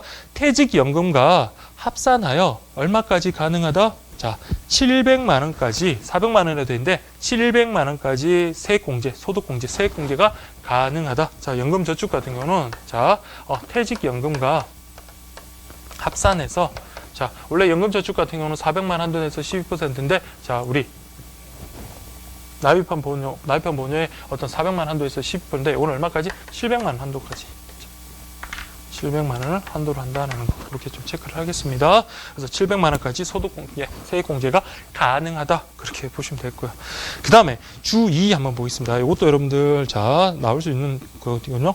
그래서 보시면 종합소득금액이 4천만 원 이하인자는 어떻게 하겠다? 자, 종합소득 4천만 원 이하인자 역시 마찬가지입니다. 연금저축보험에서 주 2가 어디 있어요? 연간 납입보험료 400만 원 한도의 세액공제라는 어떤 연금저축보험 그 공제한도에 있잖아요. 거기 보시면 종합소득금액이 4천만 원 이하인 경우 또는 근로소득만 다른 거 없이 근로소득만 있다. 그때는 총 금액이 5,500만 원. 종합소득금액이 자 4천만 원 이하거나 4천만 이하이거나 또는 근로소득만 있는 경우 근로소득만 있는 경우 자 5,500 이하인 경우 5,200만 이하인 경우에는 자 우리 아까 여기서 400만 원 한도로 12% 했다면 자 이거는 뭡니까? 15%를 적용합니다. 15%를 적용한다. 이렇게 딱 구분하시면 되겠습니다. 그래서 자 여러분 보시면 자 보장성 보험, 장애인 전용보험, 연금저축보험 관련해서 세액공제 좀 적정에 암기를 하십시오. 근데 지금 암기 안 하시더라도 자연스럽게 암기가 됩니다. 왜? 뒤에 보험상품 보면 암기가 되니까 자 우리 100만 원 한도 12% 납입한 보험료의 100만 원 한도 12%가 보장성 보험이라면 장애인 전용보험 같은 경우는 전문가 납입한 보험료 100만 원 한도의 15% 그리고 연금저축보험 같은 경우는 납입한 보험료의 400만 원 한도에서 12%다. 다만 예외가 있습니다. 연금저축 같은 경우는 퇴직연금과 합해서 얼마? 700만 원 한도까지 세액공제가 가능하다. 그리고 400 그렇죠. 종합소득이 자 그렇죠. 종합소득이 4천만 이하이거나 4천만 원 이하이거나 근로소득만 있는 경우 5천만 원 이하인 경우에는 자 뭐다? 400만 원 한도에서 12가 아니라 15%까지 세액공제가 가능하다. 이렇게 보시면 여러분들 첫 페이지는 다 봤습니다. 근데 다만 공제 대상 계약과 관련해 가지고 이것도 한번 그냥 보세요. 자 보시면 어려운 내용은 아니까 가볍게 보시면 돼요. 그래서 보장성 보험 같은 경우 피보험자가 기본공제 대상자여야 한다. 피보험자, 보험계약자가 아니라 피보험자. 그럼 피보험자 기본공제 대상자인 보험이다. 그렇게 보시면 됩니다. 그래서 기본공제 대상자가 누구냐 했더니 자 근로자 본인이 당연히 들어가야 되겠죠. 근로자 본인이 피보험자가 돼야 되고 근데 우리 오른쪽에 보면 그 기본공제 대상자가 범위가 좀 확대되거든요. 그런 근로자 본인뿐만 아니라 그 소득 자체가 거의 없으신 분이에요. 연간 100만 원 이하의 어떤 배우자라든지 뭐 60세 이상 그다음에 20세 이하인 어떤 뭐 형제 자매나 직계 좀비속 그런 경우인데 어쨌든 간에 여러분들 피보험자가 어떤 기본공제 대상자여야 된다. 그다음에 근로소득자가 실제로 납입하는 보험이다. 만기 한급 금액이 납입 보험료를 초과하지 않는 보험. 자 만기 한급 금액이 납입 보험료. 그러니까 보시면 우리가 내는 보험료와 매달 뭐 100만 원씩 10개월을 냈다 하면 1000만 원이잖아요. 근데 만약에 10개월짜리 보험이 있다고 할 때 그때 나중에 만기에 돼서 환급 받는 게 1000만 원이 안 되는 그런 보험들 있잖아요. 그걸 또 우리 뭐라 합니까? 보장성 보험이라고 그래요. 다른 보장해주니까 만기 환급금 자체가 우리 나이는 만기 그 보험료보다는 작다라는 겁니다. 그렇게 좀 보시면 되고 그 다음에 여러분 보실 게 자 보장성 보험 장애인 전용 보험도 그렇게 좀 보세요. 그렇게 좀 보시고 다만 여기 뭐가 있다? 장애인 전용 보험으로 명시되어 있는 보험이다. 그렇게까지 여러분들 정리를 해주시면 자 이 파트는 다 그 세액공제 개요 같은 거는 다 여러분들 이해가 되신 겁니다. 자, 그 다음에 여러분들 자 이제 점점 저녁이 가까워져서 날씨가 그렇게 덥진 않은데 제가 옷을 벗었던 것도 좀 더워서 그렇게 벗었는데 자 제가 좀 분해 넘치게 좀 많은 분들이 걱정도 해주시고 좀 칭찬도 해주셔가지고 진짜 뭐 이 자리를 빌어서 너무 정말 감사드리고요.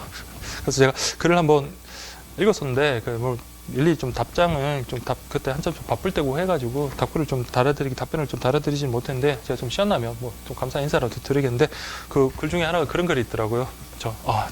제 더위를 가져가신다고 그렇게 말씀하셨는데 더위는 저도 워낙 이제 더위는 좀 강한 편이거든요. 제가 좀 더운 지방에서 좀 어릴 때 자라서 그래서 더위는 강하니까 더위 말고 제 살 좀 가져가십시오. 자, 어쨌든 뭐 그냥 웃자고 하는 얘기고 다시 자 여러분 385페이지 한번 보겠습니다. 자, 보장성 보험 관련해 가지고 자, 보장성 보험의 세액 공제 우리 아까 기본 틀은 어땠습니까? 자, 납입한 보험료의 100만 원 한도로 몇 퍼센트? 12% 한도로 세액 공제가 된다. 그게 여러분 기본 개요고요. 그다음에 우리 계약 조건 관련해서 특히 피보험자가 누가 돼야 된다? 기본 공제 대상이 돼야 된다. 그리고 계약자도 누가 된다? 근로자 본인 또는 자 소득이 없는 그 근로자의 어떤 가족이 돼야 된다라는 거 조건 먼저 한번 보시고요. 그 다음에 이제 보장성 보험 관련해 가지고 자 요 세액 공제가 되니까 그 세액 공제 대상 보험 계약 이렇게 가볍게 보시면 될 것 같아요. 특히 이제 기본 공제 대상 조건 있잖아요. 요거는 여러분들 좀 암기를 하셔야 됩니다. 암기하기 정말 쉽습니다. 자 피보험자가 누가 된다? 자, 이거 세액공제 받으려면 여러분들 피보험자가 근로자 본인이 됩니다. 근데 피보험자가 근로자 본인뿐만 아니라 연간 수익이 100만 원이에요. 연간 수익이 100만 원. 월수 100만 원이 아니라 연수, 즉 연간 수입이 100만 원이 합니다. 연간 수익이 100만 원 이하인 배우자. 그다음에 마찬가지로 여러분들 연간 소득이 100만 원 이하인 어떤 부양가족. 부양가족이라는 말은 여러분들 생계를 같이 하는 자를 우리 부양가족이라고 하거든요. 비록 친척이다. 친척이라는 말 말고 저기만 직계 존속이나 직계 비속 또는 우리 형제 자매, 우리 반계혈족이라 그러는데 우리 형제 자매 같은 경우 이 경우도 마찬가지 뭐 20세 이하, 60세 이상이면 이 요건을 충족하면 되는데 이 경우에 연간 100만 원 이하일 뿐만 아니라 생계를 같이 해야 되는 거예요. 생계를 같이 하는 사람이 피보험자가 돼야 된다라는 거, 그 조건 좀 체크를 해 주십시오. 그래서 여러분 보시면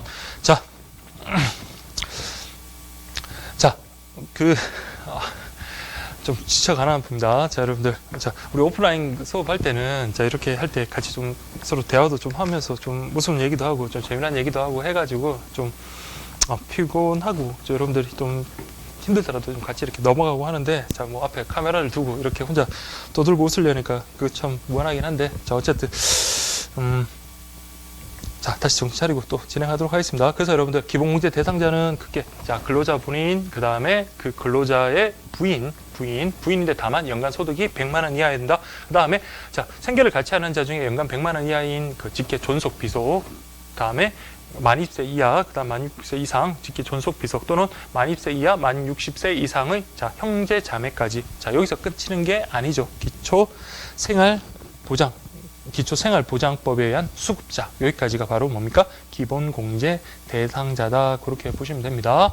저 단서 한번 보시면 비록 우리가 생계를 같이 해야 된다라고 그랬잖아요. 근데 취업이라든지 아니면 학업 아니면 3개월 이상 질병 치료 때문에 퇴거, 그러니까 같이 안 사는 경우 있잖아요. 그래서 나 공부하러 가가지고 저 멀리 떨어져 있어요. 근데 그 경우도 생계를 같이 하는 자로 봐서 우리 기본공제 대상자에 포함시키겠다. 그렇게 보시면 되겠습니다. 그래서 공제 금액 한도는 납입한 보험료 연간 100만 원 한도에 12% 세액 공제해 준다. 그렇게 보시면 되고요. 그 다음에 여러분들 보실 게 장애인 전용 보험에 세액 공제, 소득 공제라고 되는데 여러분 세액 공제 그렇게 좀 바꾸십시오. 그럼 장애인 전용 보험에 가입하여 근로소득 증산 시 납입한 보험료 100만 원 한도에서 이번엔 몇 퍼센트? 15% 세액 공제 가능합니다. 이 경우도 마찬가지 근로자 본인이나 소득이 없는 가족이 계약자가 될 수 있고요. 그 다음에 이때 장애인을 피보험자 또는 보험수익자로 하는 법. 우리 우정보험 교재도 그대로 그렇게 나왔는데 문제풀이 강의하다가 조금 이게 의문스럽긴 한데 피보험자 그래놓고 기본공제 대상자 중 장애인을 피보험자 또는 보험수익자로 하는 보험이라고 되어 있는데 그냥 이런 피보험자 그거 그냥 생각하지 마시고 어쨌든 피보험자 원칙적으로 피보험자가 누가 된다? 장애인이 돼야 되는 거예요. 근데 그 외로 그 외에 보험수익자가 장애인이 되어도 상관이 없다. 그렇게만 좀 보시면 될 것 같아요. 그래서 장애인을 피보험자 또는 보험수익자로 하는 거 그게 여러분들 기본 공제 대상자 중 장애인을 피보험자 또는 보험수익자로 하는 거 아시겠죠? 그래서 앞에 피보험자에 너무 신경 쓰지 마시고 그냥 기본 공제 대상자 중 장애인을 피보험자 또는 보험수익자로 하는 보험이다. 그렇게 좀 구분을 하시면 되겠습니다. 예, 그렇게 보시고요. 그 다음에 여러분 보실 게 기타. 자, 이게 2012년 기출 나왔던 거죠. 그래서 동일한 계약건으로 자, 세액공제 두 군데 중복해서 받을 수는 없다라는 겁니다. 그래서 보장성 보험 그 소득공제, 세액공제와 장애인 전용 보험 소득공제, 세액공제를 중복으로 받는 것은 불가 안 된다. 그렇게 보시면 되고요. 보험계약 또는 보험료 납입 영수증에 장애인 전용 보장성 보험으로 표시된 보험이어야 한다. 자, 이게 여러분들 조건이다. 그렇게 좀 봐두시면 되겠습니다. 그 다음에 여러분들 이제 저축성 보험 관련해 가지고 좀 보실 건데, 자, 첫 번째 저축성 보험의 차익과세라고 되어 있네. 차익과세, 차익이라는 것은 뭡니까? 내가 100만 원의 원금을 납입한 게 총 100만 원이면 받을 때 120만 원을 받았다. 그럼 차익이라는 건 뭡니까?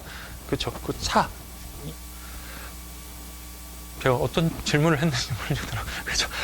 자, 100만 원을 우리가 납입했는데 120만 원을 받았다. 그러면 뭡니까? 20만 원이 바로 차익이죠. 거기 차익에 대해서 우리가 과세를 하겠다. 그런 내용입니다. 그럼 한번 보겠습니다. 자, 요거는 여러분들 좀 내용이 좀 복잡해요. 복잡하니까 자, 그래도 여러분들 좀 한번 좀 꼼꼼하게 한번 보도록 하겠습니다. 그래서 여러분들 2013년 2월 15일 이후에 체결한 어떤 계약의 경우 다음의 요건에 해당할 때 이자 소득에 대해서 이제 비과세하겠다. 자, 원칙적으로 그 이자 소득에 대한 어떤 그 차익이 바로 이자 소득이잖아요. 그 차익에 대해서 과세를 하는 게 원칙인데, 자, 이런 경우, 이런 요건을 충족할 경우에는 비과세하겠다. 첫 번째 보시면 보험 합계액이 자, 체크할게요. 2억 원 이하인 보험계약. 그 중간에 계약자가 가입한 모든 저축성 보험, 월 적립식 저축보험, 종신연금보험은 제외된다라고 되는데, 그게 이제 밑에 나와 있거든요. B가 바로 여러분들, 자, 월 적립식 저축보험이고, C가 바로 종신형 연금보험입니다. 그래서 이걸 제외하고, 어쨌든 간에 뭐다? 2억 원이, 즉, 보험료 합계액이 2억 원 이하인 보험계약, 그 다음에 만기일 또는 중도해지일까지 기간이, 자, 어떻습니까? 10년 이상이어야 되고, 자, 보험료 2억 원, 10년 이상. 보험료 2억 원. 그 다음에 만기. 중도 해지일이 만기가 10년 이상. 자, 보험료를 자, 우리 2억 원 이하면서 2억 원 이하, 그 다음에 우리 만기 10년 이상, 그렇게 되는 것 이상인 경우다. 예, 그렇게 좀 보시면 됩니다. 단 만기일 또는 중도 해지일까지의 기간은 10년 이상이지만 10년이 경과하기 전에 납입한 보험료를 확정된 기간 동안 연금 형태로 받았다. 그러면 어떻다? 비과세가 아니라 과세되겠다라는 겁니다. 그래서 여러분들 일단 요 두 가지 조건 한번 보시면 되겠습니다. 그래서 여러분들 우리 자, 저축성 보험 관련해 가지고 자, 저축성 보험과 관련해 가지고 자, 보험료가 납입한 보험료가 2억 원 이하이고 만기가 10년 이상인 경우는 뭐 하겠다? 비과세하겠다. 다만 아직 만기가 10년 이상 남았다고 하더라도 이미 벌써 연금 형태로 분할해서 지급받았다 그러면 그때는 과세하겠다. 그렇게 좀 기억을 하시고요. 두 번째 같은 경우는 자, 월 적립식. 자, 월 적립식 저축성 보험이네요. 마찬가지 만기 또는 중도 해지까지 기간이 10년 이상이어야 되고, 그 다음에 보험료 납입 기간이 5년 이상. 제가 가입한 지 벌써 5년 이상이 됐다는 거예요. 그래서 보험료 납입 기간이 5년 이상이고, 그다음 매월 납입하는 기본료가 균등하다. 균등. 갑자기 뭐 10만 원이면 10만 원, 5만 원, 5만 원 계속 균등하게 보험료가 여러분들 보험료가 균등. 그 다음에 여러분 볼게. 보험료의 선납 기간이, 보험료 이미 납입한 선납 기간이, 자, 기본 보험료의 선납 기간이 6개월 이내이다. 기본 보험료의 선납 6개월, 6월 이내다. 자, 이런 요건을 모두 충족시켜야 됩니다. 그래서 중도 해지일이라든지 만기가 10년 이상 남아야 되고, 납입한 보험료가 벌써 5년 이상 우리가 납입을 하고, 그 다음에 보험료를 균등하게 우리 기본 보험료를 지급하고, 그 다음에 기본 보험료였던 선납 기간이 6개월 이내인 경우, 기본 보험료였던 선납한 기간이 자, 6개월 이내입니다. 선납 이미 납입한 게 6개월 이내예요. 그래서 뭐 1년 전에 기본 보험료를 또 납입하고 지금 이제 1년 지났다, 그게 아니냐. 기본 보험료는 선납 기간이 6월 이내. 그래서 이 네 가지 조건 만족할 때 저축성 보험은 뭐가 된다? 그 이자 소득에 대해서 비과세 시켜주겠다. 그렇게 보시면 됩니다. 자, 이거 구분하시면 돼요. 구분해가지고 자, 이 책 자체가 이거 뭐 복잡하게 써 있다. 그럼 여러분들이 따로 이렇게 정리를 하셔가지고, 저같이 이렇게 글씨 못 쓰지만 이쁘지 않게 쓰지 마시고 깔끔하게 여러분 쓰셔가지고 그 여러분들이 좀 알아보기 쉽게끔 그렇게 키워드 위주로 정리하시고, 밥 먹을 때 한번, 화장실 갈 때 한번 우리 버스나 지하철 탈 때 한번 그렇게 보면 한 300번은 보잖아요. 그래서 여러분들 그렇게 해가지고 좀 시험 때까지 그렇게 반복할 수 있도록 할게요. 자, 그 다음 세 번째, 다음의 요건을 모두 충족하는 종신형 연금보험이다라고 그렇게 되어 있네요. 자, 종신형. 자, 종신형. 우리 종신형 보험 했잖아요. 그 만기를 따로 정하지, 보험 기간을 따로 정하지 않는 게 바로 종신형인데, 자, 그러면 여러분들, 만 55세 이후부터 사망 시까지 연금을 수령하는 거. 자, 요거는 좀 특이하니까 잘 보세요. 만 55세.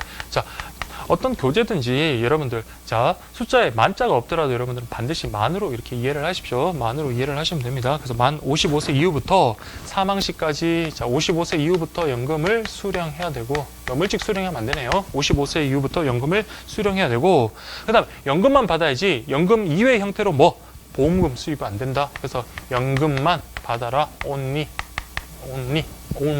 연금만 받아라. 딴 거 뭐 보험금 같은 거 그런 거 받아서는 안 된다. 그럼 뭐 하겠다? 과세하겠다 이 말입니다.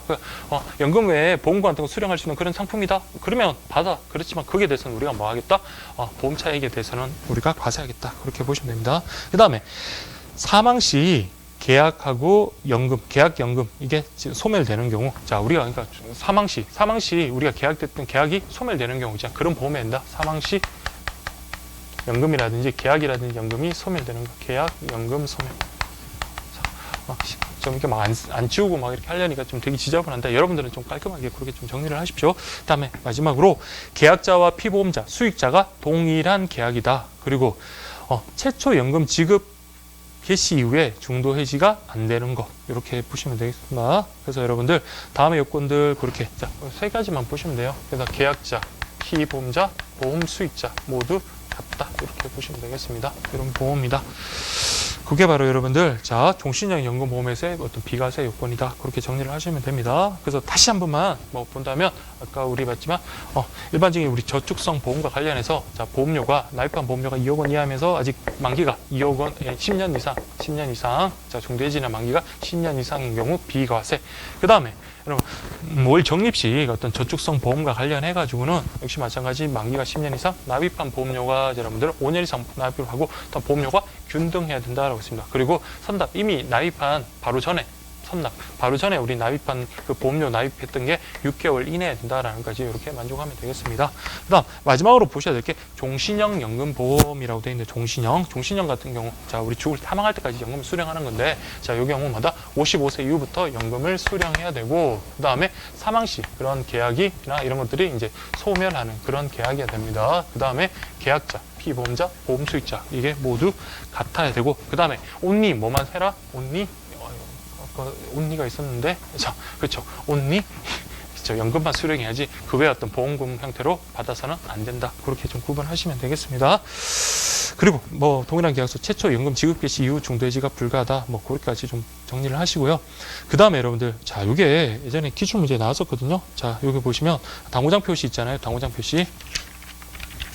자, 2004년 1월 1일부터 2013년 2월 14일까지의 계약은 자, 10년 유지. 네, 10년 유지 시에는 비과세 기간이 적용된다. 그렇게 보시면 되고 2001년 1월 1일부터 2003년 12월 31일까지는 자, 7년 유지 시 그 계약은 7년 유지 시 비과세 기간이 적용되고 1998년 4월 1일부터 2000년 12월 31일까지는 자, 5년 비과세 기간이 적용된다. 이렇게 되는데 자, 여러분 달까지 여러분들 뭐 정확하게 아시기는 좀 힘드니까 지금 한번 보겠습니다. 98년부터 2000년 그러니까 여러분들 2000년 12월 31일까지 이때는 자 5년 비과세, 5년 유지시 비과세. 그 다음에 2001년부터 2001, 2002, 2003년 딱 3년이죠. 3년은 자 여러분들 자 7년 비과세 기간. 자 앞에 2001, 2002, 2003년 12월 31일까지는 7년, 3-7하면 10이네요. 10년 되네요. 그래서 3년, 7년.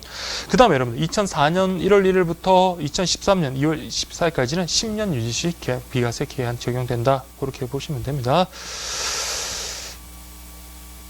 그래서 요거는 여러분들 뭐 기출된 건데 그렇게 중요한 것 같지는 않지만 그래도 여러분들 좀 정리를 좀 해두시고요. 그 다음에 여러분 보험 차익이라는 것은 자 우리가 받는 보험금 있잖아요. 거기에다가 우리가 납입한 보험료를 뺀 게 바로 보험 차익이 될 거고 그 다음에 원천 징수하죠. 그래서 미리 보험금을 다 주고 나중에 세금을 다시 돌려받는 게 아니라 처음부터 세금 떼고 난 다음에 준다. 그 원천 징수한다. 그 다음에 여러분 이자 소득과 관련한 일반 세율, 그다음에 우대 세율이 있거든요. 요건 여러분들 좀 체크를 하십시오. 자 일반 세율, 자 일반 세율이 여러분들 15.4%, 그 다음에 세금 우대 세율 같은 경우는 9.5%다. 그거는 여러분들 누구나 다는 아니지만 그래도 대부분 우리 수험생들이 다 아실 겁니다. 근데 다만 자 우리 15.4%가 자 이거 어떻게 나왔나? 그 다음에 9.5%. 자 지우겠습니다.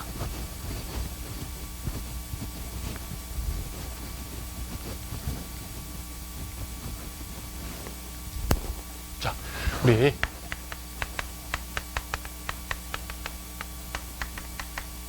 자, 일반 세율 같은 경우는 여러분들 15.4%고요. 자, 요거는 좀 알아두셔야 될 것 같아요. 자, 일반 세율 같은 경우는 여러분들, 자, 이자 소득세, 이게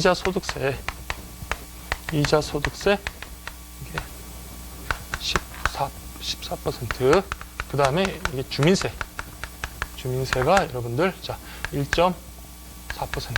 자, 이렇게 좀 구분하시면 됩니다. 그래서 일반 세율은, 자, 중요한 건 여러분들, 이자 소득세 14%랑 주민세 1.4%예요. 그래서 이자 소득세 14%랑 농어촌 특별세가 1.4%가 아니라 주민세가 1.4%라는 거, 그거 좀 반드시 좀 체크를 하시고요. 그 다음에 여러분들 좀 보셔야 될 게, 우대 세율 같은 경우는, 자, 이자 소득세가 9%. 이때는, 자, 주민세가 아니고, 자, 이게 농특세 0.5%. 요거 좀. 네, 그냥 여러분들 그냥 암기만 하십시오. 일반 세율 15.4%, 이자 소득세 14%, 주민세라는 거. 자, 일반 세율이 들어가고, 우대 세율 같은 경우 9.5%, 이자 소득세 9%, 자, 이거 농어촌 0.5% 그렇게 기억을 하시면 되겠습니다. 그래서 이거 바꿔 나올 수가 있거든요. 그래서 일반 세율 이자 소득세 14%랑 농어촌 특별세 1.4%의 합인 15.4%가 일반 세율이다. 그렇게 나올 수 있으니까 그렇게 정리를 하시고, 그 다음, 우대 세율, 일반 세율의 변천사라고 되어 있는데, 이거 뭐 여러분 보실 거 없습니다. 그냥 제일 끝에 보시면 지금 현재 우리 지금 적용되고 있는 일반 세율과 우대 세율인데 그냥 그것만 혹시 그러면 그 직전보다 어떻습니까? 우대 세율과 일반 세율은 어떻겠습니까? 내려갔죠. 그냥 일반적으로 하향 조정됐다. 그 정도만 체크하시고 넘어가시면 되겠습니다. 네.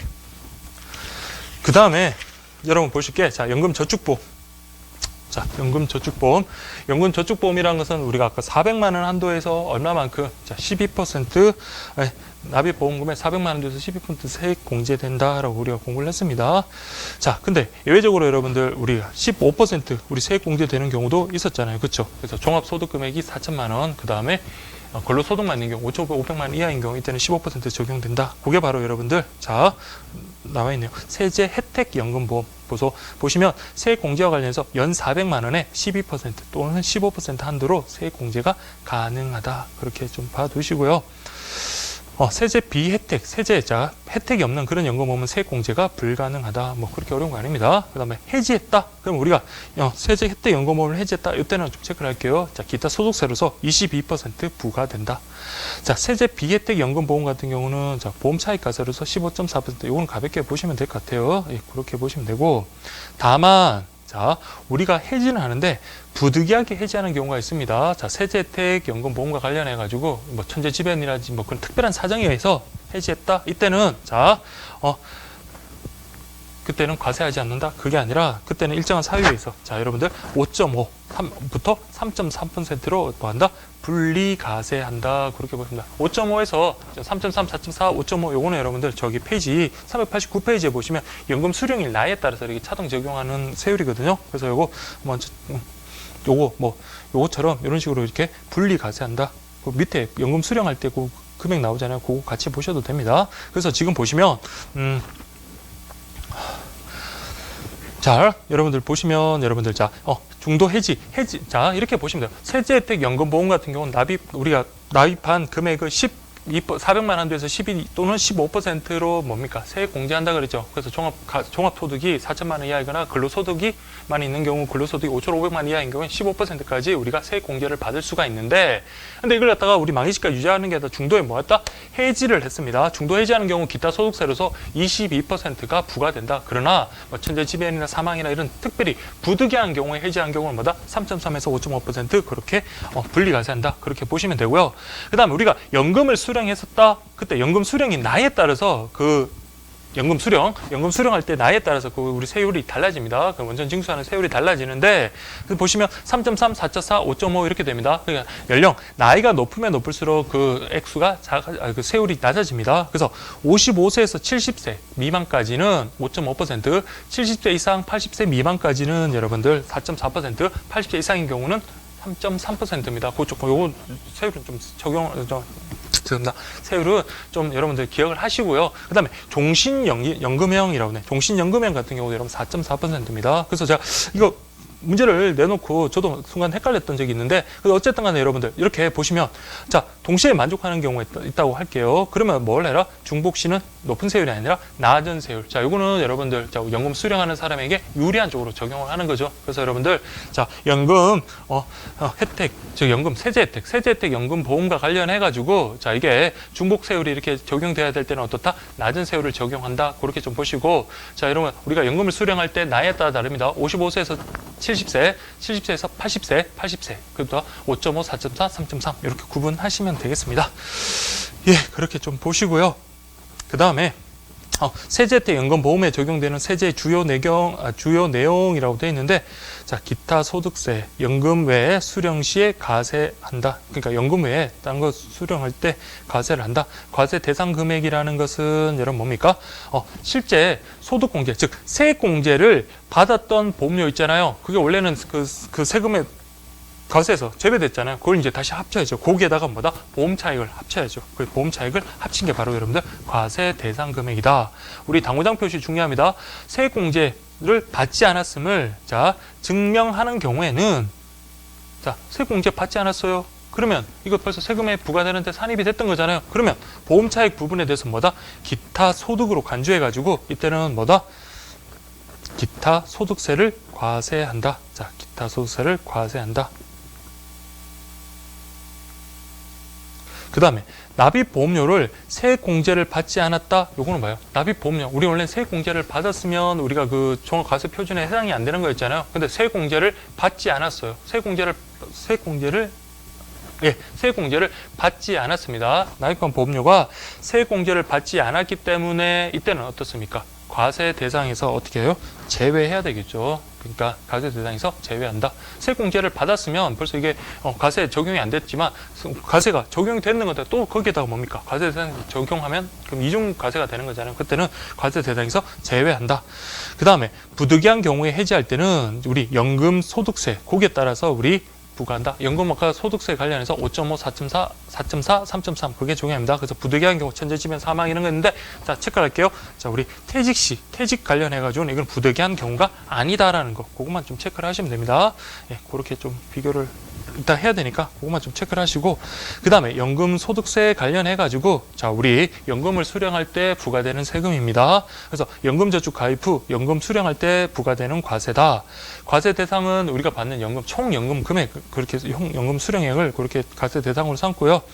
마찬가지로 여러분들 연금 수령액 중 세액 공제를 받지 않은 부분 있잖아요. 세액 공제를 그러면 그건 벌써 과세가 된 과세 대상에 포함이 됐던 거예요. 근데 다시 또 과세를 하는 것은 이중 과세가 될 수 있으니까 그거는 뭐다? 과세 대상에서 제외한다. 그렇게 보시면 되고, 연금 수령일 나이에 따라서 자 우리 차등 적용한다. 55세에서 70, 70에서 80, 80에서 80 이상 그렇게 좀 보면 되겠네요. 80 이후, 네, 80 이상 그렇게 좀 보시면, 자, 나이가 올라갈수록 여러분들 세율은 낮아지잖아요. 그래서 5.5, 4.4, 3.3 그래서 요 중복되는 경우 종신연금 같은 경우는 여러분들 4.4가 적용됩니다. 이 경우 중복되는 경우는 낮은 세율을 적용한 데까지 그렇게 좀 봐두시면 되고요. 그 다음에 여러분들 개인연금과 연금저축이라고 되는데 요거는 여러분 기출됐었고 또 제가 문제집에도 계속 이렇게 몇 문제 비슷한 유사한 문제를 계속 좀 했거든요. 여러분들 보시면 여러분들이 뭐 다른 문제집이든 아니면 이런 표를 그려서도 반드시 좀 비교를 하시는 게 좋을 겁니다. 그래서 서로 섞여서 나오거든요. 그래서 여러분들 자 2000년 12월 31일을 기준으로 그 이전에 가입하면 구개인연금, 자, 이후면 신개인연금 또는 연금저축이라고 하는데요. 자 여러분 가입 기간 받고 가입 대상은 자 예전에는 여러분들 만 20세 이상이 있다면 지금 우리 신개인연금 같은 경우는 자 만 0세 이상부터입니다. 그래서 꼭 성인이 아니어도 여러분들 가입이 가능하다 그렇게 보시면 되고 납입 금액도 여러분들 자 과거에는 분기당 300만 원 이내였는데 지금은 자 연간 1,800만 원 이내고 납입기간은 10년, 5년, 자 10년, 5년 그렇게 보시면 되고 반대로 지급 조건 같은 경우는 자 이전에는 구개인연금 같은 경우는 55세 이후부터 5년 이상 연금을 수령해야 되는데 55세 이상부터 10년 이상 연금을 수령한다 그렇게 좀 보시면 됩니다. 10년 이상 연금 수령. 그다음에 세액공제와 관련해서 지금 적용됩니다. 그래서 납입금액 400만 원 돼서 12% 내지 15%의 어떤 세액공제 가능하다라는 거 그렇게 보시면 되고 연금 수령 시 아까 봤던 나이별에 따라서 3.3, 4.4, 5.5, 5.5, 5.5, 4.4, 3.4 나이가 올라갈수록 줄어들고 그다음에 중복 그 적용될 때 낮은 세율을 적용한다는 까지 그렇게 좀 비교를 하시면 됩니다. 그래서 요거는 여러분 뭐 특별한 뭐 방식이 있는 게 아니라 이 표를 보고 양쪽을 비교하시면 됩니다. 특히나 더 중요한 게 뭘까요? 오른쪽이죠. 지금 우리 적용되고 있는 저 신개인연금 즉 연금저축에 대해서 그렇게 여러분들 정리를 하시면 되겠습니다. 특히나 그 가입 기한 자체가 여러분들 언제다? 2001년 1월 1일 이후 가입된 거, 그다음에 만 0세 이상, 납입기간이 여러분들 자 5년 이상이라는 거, 그리고 납입 한도가 연간 1,800만 원 이내, 그다음에 지급 조건은 10년 이상, 55세 이후부터 10년 이상 연금 수령 시, 그다음 세액공제, 우리 봤던 세액공제 그거 그대로 적용하면 되고, 연금 수령 시 아까 나이별에 따라서 차등 적용한다. 그렇게 정리를 하시면 되겠습니다. 자, 그다음에 여러분들 자 보겠습니다. 연금보험 과세제도 종합 관련해가지고, 자, 우리 보시면 돼요. 아까 우리 2000년 12월 31일 이전에 가입했던 개인연금, 자, 요거는 여러분 그렇게 중요할 것 같지는 않아요. 근데 여러분들 그냥 가볍게 좀 봐두시고요. 특히 연금저축 관련해서는 좀 봐두셔야 됩니다. 그래서 여러분들, 기타 소득세 관련해가지고, 자, 기타 소득 관련해서 16.5%, 즉, 해약환급금, 자, 우리 중간에 환급했을 때 받는 돈이 있잖아요. 해지했을 때 받는 돈, 해약환급금과 얘가 냈던 총 납입금의 차익이 있잖아요. 거기에다가 세액공제, 즉 실제 세액공제를 받았던 금액, 요거 자체가 바로 기타 소득입니다. 그래서 기타 소득의 16.5%를 자, 지방세, 세율을 매긴다. 16.5%를 자, 부과한다라는 거 그렇게 좀 봐두시면 되고요. 다음의 경우에는 연금소득세로 자, 분리과세한다라고 되어 있네요. 다음의 경우는 연금소득세로 분리과세. 그래서 아까 우리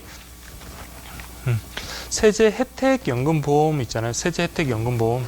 예, 지금 연금 저축을 하는데 세제 혜택 연금보험과 관련해서는 아까 그 봤던 천재지변이라든지 그 사망 같은 경우, 그런 경우에 자, 그런 경우에는 아까 어떻게 했습니까? 5.5에서 3.3%로 분리과세한다라고 했잖아요. 그 중에서 퇴직은 그 사유에 해당하지 않는다라고 했습니다. 근데 지금 보면 우리 연금저축도 마찬가지로 이러한 사유에서는 분리과세, 즉 3.3에서 5.5%로 연금소득세로 분리과세하는데, 이때는 뭡니까? 퇴직이 예외 사유가 아닙니다. 퇴직이 예외 사유가 아니라는 거. 퇴직이 예외 사유가 아니라는 거. 그렇게 좀 봐두시면 되겠습니다. 그래서 특히 그 해지 가산세에 관련해서 퇴직 예산세, 퇴직이 그 예외 사유가 아니라는 거, 요것만 좀 비교를 하시면 됩니다. 그래서 다른 거는 그렇게 특별히 신경 쓸 건 없는데, 해지 가산세 그 면제되는 사유로서 천재지변, 해외 이주, 사망 이런 것들이 있는데, 퇴직 시에는 그 과세가 면제되는 것은 아니다라는 거, 그렇게 좀 정리를 하시면 될 것 같아요. 자, 그래서 먼저 세제혜택 연금보험하고 지금 우리 연금저축하고 여러분들 좀 과세 면제 사유와 관련해가지고 좀 구분을 하셔야 되는데, 우리 세제혜택 연금보험 같은 경우는 자, 우리 세액공제를 받을 수가 있는 거잖아요. 다만 우리가 중간에 해지한 경우, 다만 부득이하게 해지한 경우에는 자, 여러분들 부득이하게 해지한 경우 연금소득세 3.3에서 5.5% 과세난다. 그때는 천재지변, 사망 이런 경우다. 다만 퇴직은 여기 해당되지 않는다라고 했습니다. 근데 연금보험 과세제도와 관련해가지고, 즉 연금저축이죠. 연금저축과 관련해가지고는 자, 해지 가산세 한번 보겠습니다. 천재지변, 사망 이럴 때 마찬가지로 여러분들, 자, 요때는 과세 면제 사유가 됩니다. 이거는 과세 면제 사유가 되는데, 이때 퇴직 같은 경우는 자 면제 사유 예외에 해당하지 않는다. 일단 요거부터 먼저 구분을 하세요. 그래서 여러분들 요 파트가 좀 정리하기가 조금 힘든데 그래도 여러분들 이렇게 좀 일단 정리를 하시고 자 연금주택 그리고 해지 가산세와 관련된 부분은 우리 기출 됐던 거죠. 그래서 다시 한번 꼼꼼하게 볼 필요가 있습니다. 자 연금저축 자 우리 자 신개인연금 관련해가지고 자 기타 소득세 그거는 뭐 여러분들 기타 소득 자 16.5% 내는구나 그렇게만 보시면 되고 근데 2013년 1월 1일 이후에 계약한 것에 대해서는 자 1월 1일 이후에 계약한 거 2013년 그러면 여러분 뭐다 다음의 경우는 연금 소득세로 분리 가세한다. 자 연금 소득세로 우리 앞에 봤던 자 세제혜택 그 연금 세제혜택 연금과 연금보험과 같은 내용입니다. 그래서 여러분들 3.3에서 5.5%가 분리 가세한다. 그렇게 보시면 되고 그 다음에 중요한 건 뭐냐면 해지 가산세입니다. 해지 가산세. 우리가 해지했다. 그럼 우리 앞에서는 해지한 경우 어떻겠습니까? 이렇게 분리 가세 3.3에서 5.5% 분리 가세한다라고 했는데 자 2013년 2월 28일 이전에 계약한 것은 그냥 뭡니까? 연납입액의 그냥 2.2% 우리 해지 가산세를 무는데 다만 그 가세 면제 사유로서는 퇴직이 들어가질 않습니다. 근데 뭐 지금 현재로서는 우리가 지금 적용되는 그게 아니기 때문에 그렇게 중요한 건 아닌데 그게 질문이 이제 들어와가지고 그냥 이렇게 구분하시라고 그렇게 보는 거야. 근데 다만 이제 2013년 3월 1일부터는 뭐가 없어졌다? 해지 가산세가 없다라는 거. 이게 가장 중요합니다. 이때까지 했던 것보다 요거 하나가 가장 중요하다는 거고 좀 체크를 해두시면 될 것 같아요. 예, 그래서 연금저축 같은 경우는 그게 기타 소득세, 해지 가산세로 구분할 수 있다. 그래서 기타 소득세는 기타 소득, 즉 해약 환급금에다 총납입 보험료를 빼고 그 다음에 세공제 받았던 어떤 그 금액을 더한 게 바로 기타 소득인데 거기에 따르는 어떤 16.5% 세율을 적용한다. 그렇게 보시면 됩니다. 근데 기타 소득은 당연한 거예요, 여러분들. 자, 우리가 환급금, 해약 환급금 해약 환급금 받았잖아요. 그럼 소득이잖아요. 근데 이 환급금에는 뭐가 들어가 있습니까? 우리가 납입한 보험료가 들어가 있잖아요. 납입한 보험료가 들어가 있습니다. 근데 뭐를 또 우리 세액공제를 받았으면 아까 우리 과세 계산할 때 어떻게 했습니까? 그 소득에서 제외시켰잖아요. 근데 실제로 따지면 그것도 저의 소득이 되는 거잖아요. 그래서 뭐다? 소득공제 또는 세액공제를 받은 공제 받은 그게 바로 뭐다? 기타 소득이다. 그 기타 소득에 대해서 16.5% 부과한다. 연금저축에 대해서는 다만 뭐 천재지변이라든지 그러한 경우에는 뭐다? 분리가세 3.3에서 5.5% 분리가세한다. 그렇게 보시면 되고요. 그 다음에 중요한 게 여러분 해지 가산세라 했습니다. 근데 정말 중요한 거는 자 2013년도 자 3월 1일부터 계약한 것은 해지 가산세가 없습니다. 없으니까 면제 사유도 당연히 공부할 필요가 없겠죠. 근데 그 이전에 했던 게 좀 퇴직이라는 게 그게 이제 차이가 있으니까 그거 좀 보시라고 그냥 그렇게 한 겁니다. 그래서 연 납입 금액의 2.2%의 어떤 해지 가산세를 부과하는데 자 과세 면제 사유로서 천재지변 사망 됐는데 퇴직 같은 경우도 이때 면제 사유가 해당된다라는 거 그거 구분하시면 되는 겁니다. 아시겠죠? 그렇게 정리를 하시면 되겠습니다. 그래서 이런 표들도 계속 이렇게 반복을 해서 보면은 그렇게 어렵지 않다라는 거 그렇게 확인하실 수 있습니다. 그 다음에 여러분 페이지 393페이지 생명보험 용어 해설이라고 되어 있는데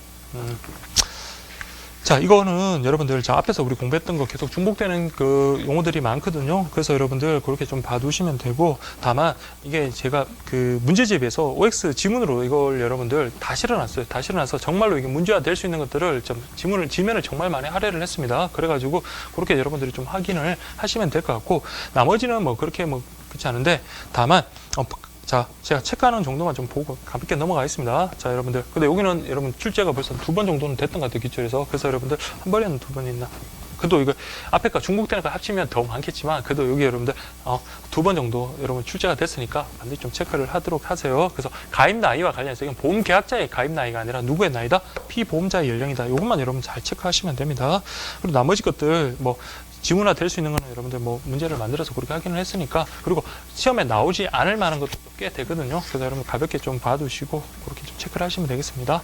그 다음에 뭐 계약의 부활이라든지 그런 것들은 이제 나중에 우리가 뒤쪽에 가면 또 공부를 해야 되는 파트고 하니까 다시 보험 그 관련해서 공부 끝나고 와서 다시 여러분들 좀 이해가 안 되시면 더 확인을 하시면 이 내용들이 이해가 좀 될 겁니다.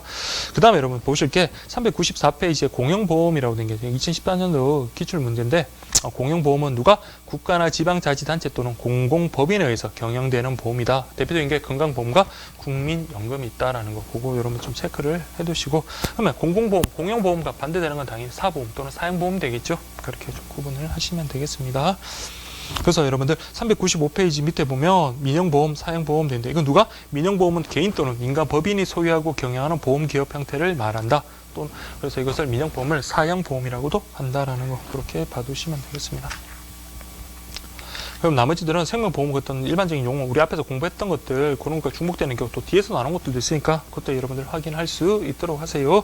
그 다음에 여러분 399페이지에 보면 생활설계라고 되어 있네요. 생활설계. 자, 생활설계란 이게 2013년 기준인데, 가정 경제에 있어서 장래에 발생할 경제적 필요에 따라 장기적이며 적절한 준비를 하는 행위를 우리가 생활 설계라고 한다. 이거 좀 체크를 하시고, 그다음에 수금비 순보험료, 이거는 뭐 기출이긴 하지만 그런 것들 가볍게 보시고, 2014년도에 여러분 순수한 문제가 하나 나왔습니다. 바로 역선택이라는 겁니다. 빈칸 넣기인데 제가 꼼꼼하게 봤었어야 돼요. 근데 꼼꼼하게 안 보더라도 보험에 관한 어떤 기본적인 이론을 갖다 여러분들 머릿속에 기억하고 있으면 우리 갈로 넣기 그렇게 어렵진 않았을 거예요. 보시면 보험계약의 성랑 여부를 결정하는 것은 누구냐면, 자, 우리 보험계약자와 보험자가 있으면, 청약자가 아까 보험계약자라 했잖아요. 그 보험계약을 승낙하는 사람은 보험자, 또는 여기서는 우체국 같은 경우는 최신간서겠죠. 최신간서가 행한다.